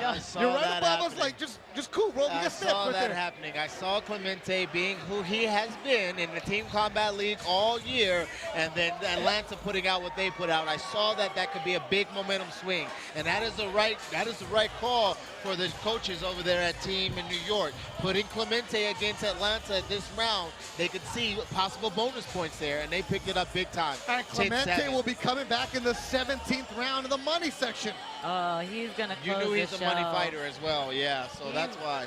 Even if he gets, when Clemente even gets hurt, he doesn't, when he hurts them, he can just skate around. But no, he wants to keep going. He really wants to knock them out cold. Yeah, he wants those extra points, and he goes for it. The final bout of the middle, Nehemiah Jones for Atlanta, Afwana King for New York City. 12th round, and it's all New York City now. Clemente, the 10-7 round as the round was stopped. This is huge for the New York City attitude.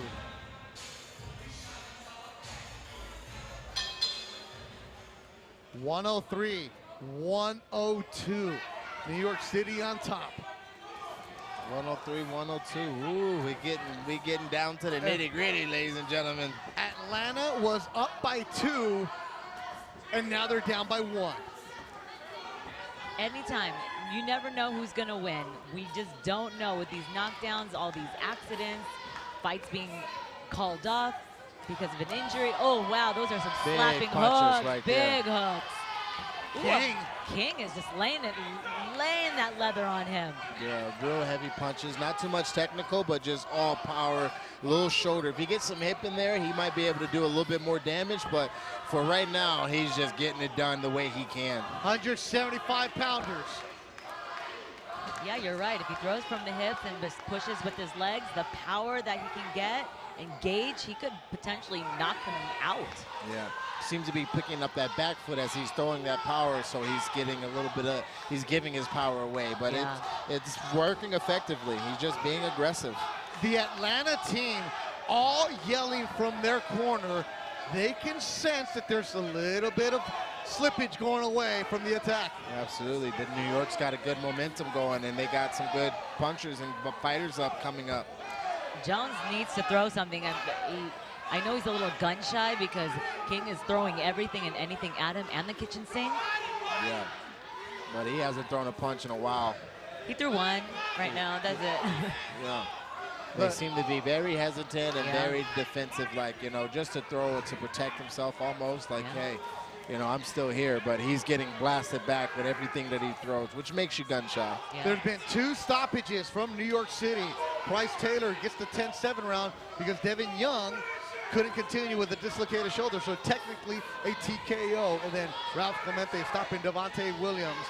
And now, And if you've noticed, the momentum has been New York's ever since that round. Yep. You know, ever since they've had that injury and the change of the tide go their way, they've taken control and kept it. Clemente, I'm looking at him. He's getting checked out by the doctors. There's a big old smile on his face Oh, as they look at his eyes. Jones caught King with the left. A leaping left hook. Is that enough, though? No, not right now.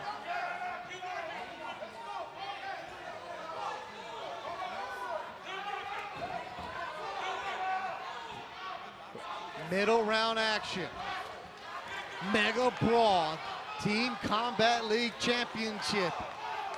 And it's New York City. Yeah, Nehemiah Jones seems to be trying to get his offense going, but like, you just can't really get your offense going. You're losing. You just gotta go try to knock this guy out. Yeah, You swing for the fences. He tried too late. Nothing there. Good round for Afwana King and New York City. We are done with the launch rounds. We're done with the middle rounds. And in this one, it was Afwana King in the 12th working against Nehemiah Jones. The highlights, the last couple rounds have been all on the side of the New York City attitude. Now we turn our attention to the money rounds. The Yes, money rounds indeed. are coming, and also remember though, the money rounds are supposed to have Bryce Taylor and Devin Young. That's not gonna happen. So it's gonna be really interesting developments and also some injuries on the side of the team. So some interesting developments, Cynthia Conte and Bubba Jenkins. It is gonna be interesting to see what we get in the money rounds. The money rounds have changed things. The price has changed. Yesterday's price isn't today's price. There And you today, go. we're Good. going to need a champion. So Somebody we saw got to the figure out what wire. it is. I just finished that. I'm addicted to it. But yeah, it's very true. Anything can happen. It is boxing. But little did we know, those knockdowns, those stoppages really turned the tide for the teams. Now they have to make up the deficit. All right, Miguel Flores, break it all down for us, please. Thank you, Bethel. And middle rounds, once again, the New York City attitude. Big finish with Ralph Clemente, who, Austin, you and I, we saw him at the semis. Dude's got heavy hands, and once again, a finish for New York. Atlanta seems, once again, controlling the pace, getting a majority of the rounds, but New York is finishing their guys, and that is giving them the advantage yet again. Absolutely, it's got them 2 points up now. You know, Atlanta has been beating them most of the rounds, but then it comes down to those stoppages, and the money rounds is going to be hard for Atlanta to come back because they got 2 guys in the money round that cannot fight, and they lost already. So Atlanta is going to need a couple stoppages themselves. Absolutely, Sean. When you saw, as we see the score, the New York City attitude are up 113 over Atlanta 111.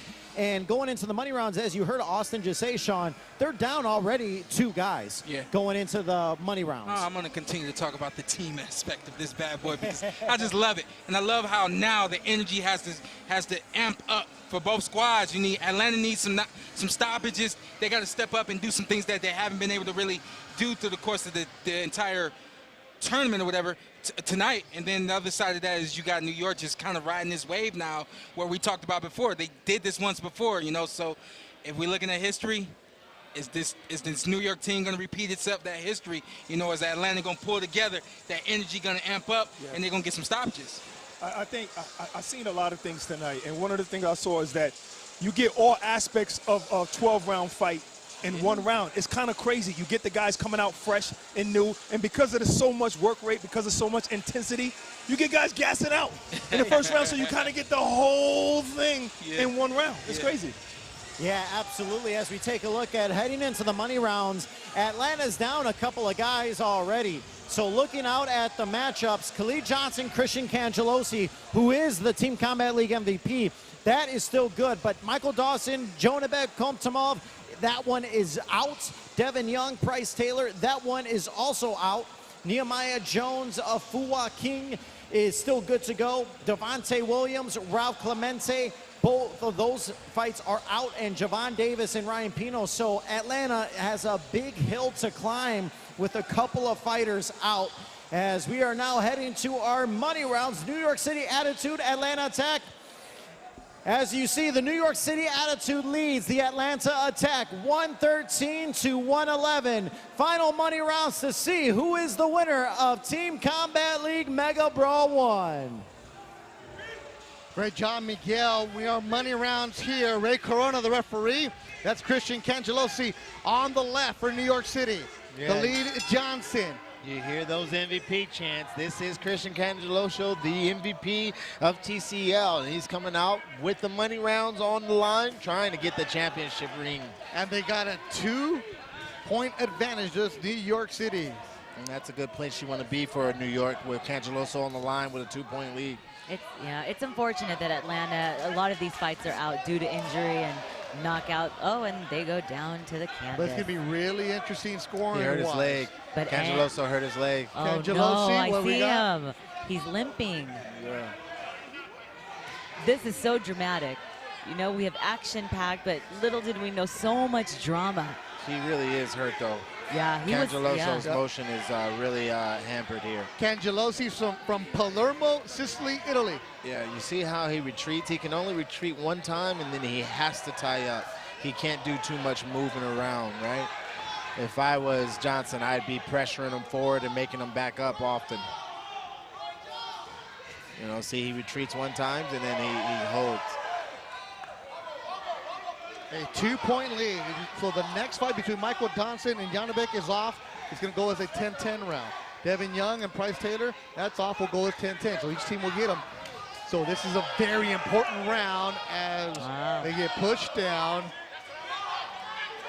You hear Benny over here, Benny Rahman, just telling him to pressure him. A lot of intensity going on. A lot of smoke in the air right now, guys. This is the championship times. Money rounds. Cangelosi's pushing forward, even though he's got a little wet, a little bit of a messed up wheel, right? Yeah. This is when you really push through adversity. Yeah. You have to have your grit, the dog in you. This is where it comes out. But he looks like he's being aggressive first. It's not bothering him too much. Oh, he looked. Angelosi in the blue and green. That's a shot, and that's going to go down as a knockdown. That was a knockdown. Oh, that was it. The punch connected. They needed that. Ray Corona says it's a knockdown, and New York City team erupts. Yes. Cangelosi, the bad wheel, Bubba. Yeah. He's got the good right hand, though. That's all you need in boxing. Sometimes it ain't about the wheels. It's about the steering, and that's all he needed was that right hand to get his guy going to the ground. Huge break for New York City. He's melting the clock. Look at him melting the clock right there. As that was he should. Smart move by Cangelosi. And, we can't forget he's dealing with an injury. So, he's being smart, punching when he needs to punch, and then immediately tying up, melting the clock, and being the MVP veteran of this league. Next fight's going to be Nehemiah Jones and Afwana King. And Cangelosi sticks his tongue out. He knows he won that round. Yes, he did. A 10-8 round for Cangelosi. That's huge for the New York City Attitude. MVP-like performance for Cangeloso there to get that 10-8 round right there. That's what you want from your teammates. That's what you want from your MVPs. A type of performance like that. Look at him setting up that left hook, 3-2, right down the middle. And that's what got him hurt in the beginning. He got tackled after he hit that punch. You know, so he had to fight through some adversity that he caused himself a little bit, right? But it was a good round to see him come out and do what he had to do with that overhand right there. Got him another knockdown. Yeah. That's big for New York City to gain that advantage, because all these points matter, because anything can happen. A knockout, knockdowns, you guys, they have to keep scoring points. So there's only 2 more fights to go. Nehemiah Jones, Afwana King, a huge round here. Cangelosi gets the 10-8. Now Michael Dawson and Janabek Kamtamov goes as 10-10 as Kamtamov hurt his hand. Devin Young and Price Taylor goes as a 10-10. And we're here in round number 16. So it's gonna, the updated scores has New York City up 142 to 138. Oh, good punch right there by Afwana King. He is just strong. He's very strong, and he's just on the attack. He smells blood. Jones is, I mean, Jones looks scared. And New York City, Cynthia, they can feel the championship is on their side. You can feel that momentum swinging. It's all one-way direction right now. Since that Atlanta heavyweight got hurt, it has been all New York. And that was Devin Young earlier in the fight. Jones is taking more chances in this round. He has to. He needs to rack points. He needs to try to score a knockdown or a knockout against King. And Nehemiah Jones in the red for the Atlanta attack. Good right hand by Nehemiah Jones. Didn't have enough hip on it, so it just landed. But if he put some hip behind it or put some confidence behind some of his punches, he would do a lot better. You know, like Conti was saying, he's kind of punching a little bit hesitant or almost scared. But, you know, that you get a little gun shy when Funo is punching heavily at you. He doesn't stop either. Coming up next in the final round, Javon Davis, Ryan Pino. You got some bad blood between them two. Nice left by King. Man, everything going New York City's way. Yeah. The Attitude. Make sure you follow the New York City Attitude social media account too. A good punch right there by Nehemiah Jones. It's good ideals right there. And they're telling him to go to the body. He's clubbing, man. Those are some heavy hands over there by Afwana King. The idea for Team Combat League, a team concept. People said, what? What are you doing? Cynthia Conte, you were there day one when in Connecticut, and it's just grown and gotten better. It really has. Just to see it come to fruition from the very beginning, it's an amazing concept. People just have to give it a try, and you'll love it. It's very different. Take yourself out of the box. It's not regular boxing per se of 12 rounds. It's all action-packed, fun-filled, and you don't know. There's so much drama. You never know who's going to win. So much drama, not just during the fight, behind the scenes. If there's no chaos and drama, then there must be something wrong. Yeah. Season 2 be coming up. Again, follow the Team Combat League social media accounts, and thanks to all the media members that have helped promote it all season long. It's only going to get bigger and better, and the participation from it too now. And you know, fighters around the world that are going to see this, they're going to be like, wow, I want to be a part of it. How can we be a part of it? There will be tryouts. Yeah. And if some of these fighters from these seasons are able to try out again, just in case they got hurt or they didn't think that they did that great or they lost earlier in the season. Or if you're a fighter who doesn't have a promoter, yeah, or you know you're somebody, you got the opportunity, you just need some exposure. We love the club shows, but there's this format right here where you can get so many faces. You have Devin Haney, you have Sean Porter. The other day we had Evander Holyfield, Caleb Plant involved. Yeah. As I was saying, you know, the PFL, the TCL has given so many opportunities to these guys to give them a platform to shoot their shot, to give the world their opportunity, and to put some content on tape. You know, some of these guys only get one round, but that's all they need to let the world know they're going to be great. Highlight reel. Ladies and gentlemen, this is our last fight of the night. Ladies and gentlemen, our last fight of the night.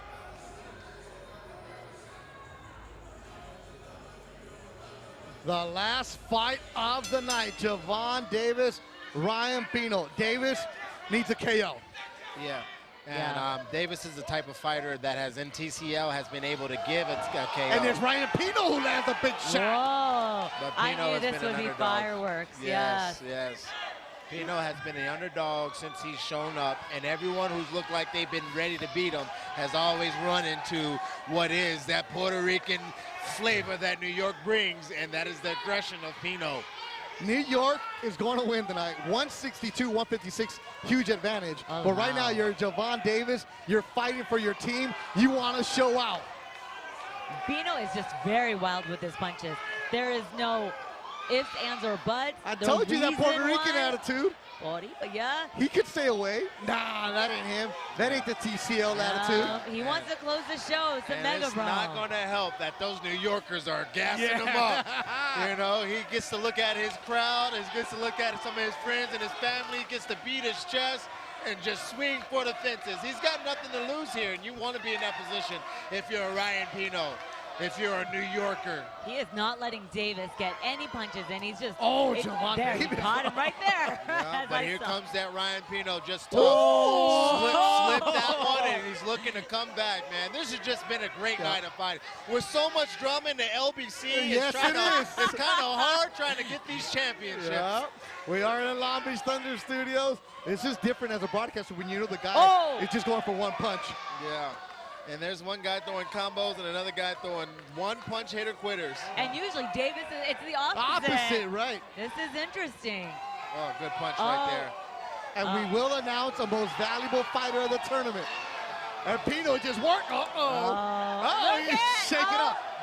Shake it off. I feel like someone's going to get knocked out in this round. I don't know why. Yeah. These wailing. Because fighters are being fighters, and it happens to be boxing, but this might have a fight breakout here.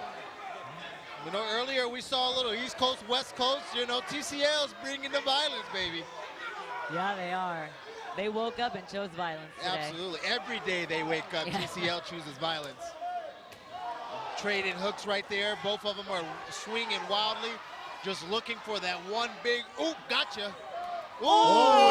Just missed. Just missed. Just missed.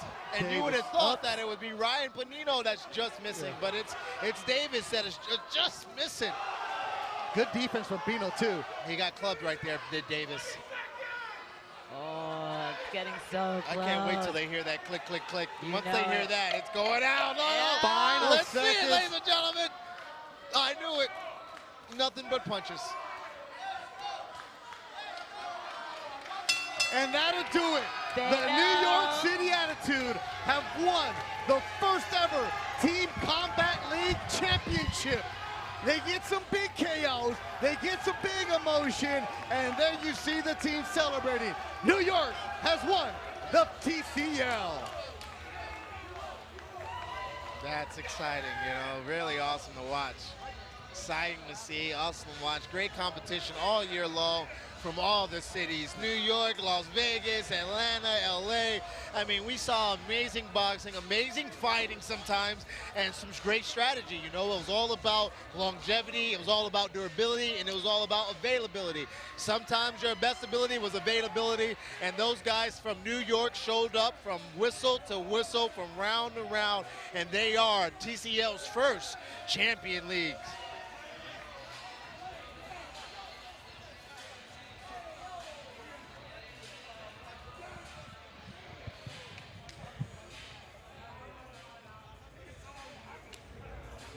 The New York City Attitude.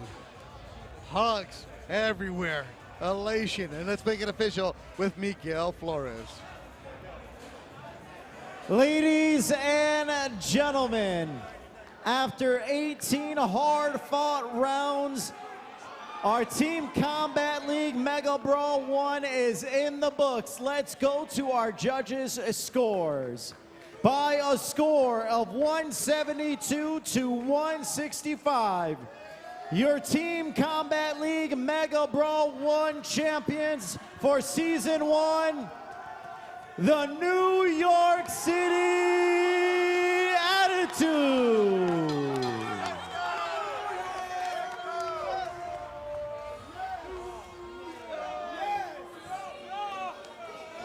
Congratulations, Benny and Ryan. If this was a well-deserved win by New York City Attitude, you guys have said it from the beginning. You've been very consistent all season long, and now you finally clinched the victory tonight for Mega Brawl 1. I know you guys are feeling it right now, but this was a tough fight. Atlanta Attack was coming in. Unfortunately, a lot of knockdowns and knockouts. What was happening? What were you telling your team? I saw you doing this to King. Think. We knew it was going to be a very competitive fight. All our fighters gave it 100%. We just wanted them to stay focused and realize what was at stake here. We all worked hard together. We started this from the beginning. TCL, we are the New York City Attitude Champions! You had some very big rounds with Clemente knocking the guy out. I think knockout or knockdown, but it was an incredible fight. There was a large point difference after a lot of fights were put down. What were you telling your team? Because even though you still had those points, you still had to keep telling them, you need to fight like it's your last fight. Yes, the fight was close. Clemente always, that's our go-to guy. He fights like a beast, a monster. He's the gorilla of the team. Bryce Taylor came through. Chris Cangelosi came through. Ryan Pino came through. The whole New York City Attitude came through. Ryan, what you got to say? I missed my son Kian's 21st birthday. I was heartbroken. Kian, I love you. Kian, I'm bringing this back home to New York for you, baby. Brought it for you, kid. You did it. Congratulations again to New York City Attitude for being the first team to win Mega Brawl 1 for Team Combat League.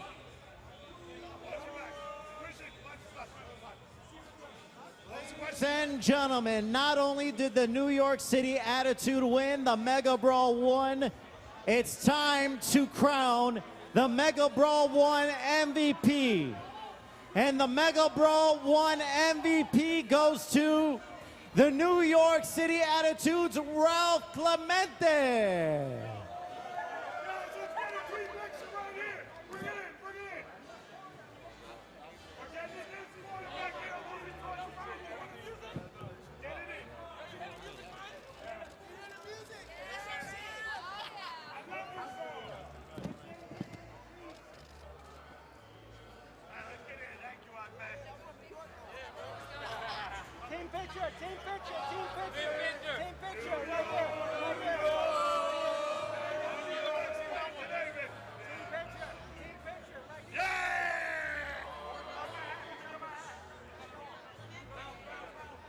Ralph Clemente, congratulations. You had an incredible round right from the very beginning of the season. You were always considered the Energizer Bunny. You always closed the show out with some incredible knockouts, stoppages. You just kept going. Tonight, what was different? I think we already know it was different. This is the finals. You know, you either show up or you get out. And, you know, luckily, aside from me, my whole team showed up, and I'm so proud to be able to call to my team. We got some dogs, and I'm a dog too, so that's just what we do in New York.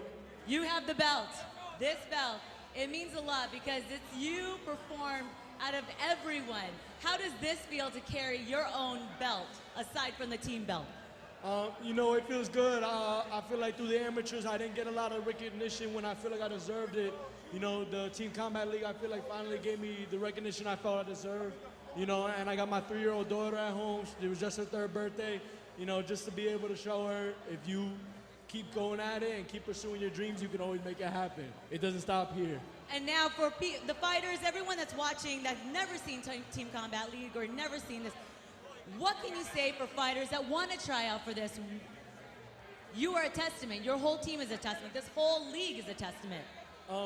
You know what it is? You're going to see a lot of different fighters. It's going to develop you as a fighter very quickly. You're going to be able to get in a dog fight right away. A lot of people don't experience this till 10 fights into their career, but in this, you in a dog fight every day. You build up your character, your heart.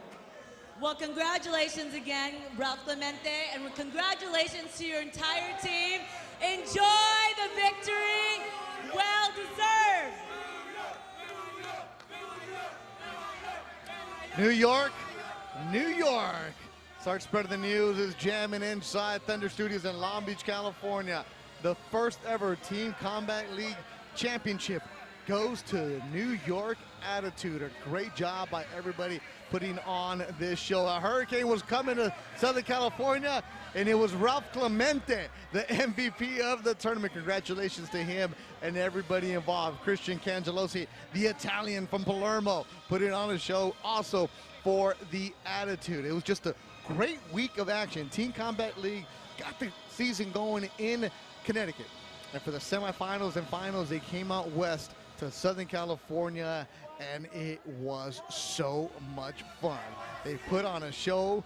New York City defeated in the semifinals, get to the finals, and they get big knockdowns from their heavyweight. The big man, Price Taylor, there you see him jumping up and down with the braids. And now inside the ring, the New York City Attitude crown champions. Really cool event to be a part of. Really cool atmosphere, great setup. As always, make sure you follow Team Combat League's social media accounts and also the YouTube page to see more exclusive coverage from behind the scenes throughout Fight Week. All right, so for everybody involved, of course, special thanks to Devin Haney and Sean Porter for showing up today. We had Evander Holyfield, Caleb Plant during the semifinals. Abner Mares showed up. Everybody that helped support from the boxing community for the California Commission, thank you so much. For everybody working behind the scenes, Rolando Nicos and his Thunder Studios crew. For Miguel Flores, did a great job at the anchor desk. My partners, Cynthia Conte and Bubba Jenkins. I'm Beto Duran saying good night from Long Beach, California. The team from New York City, the Attitude, have won the inaugural Team Combat League Championship.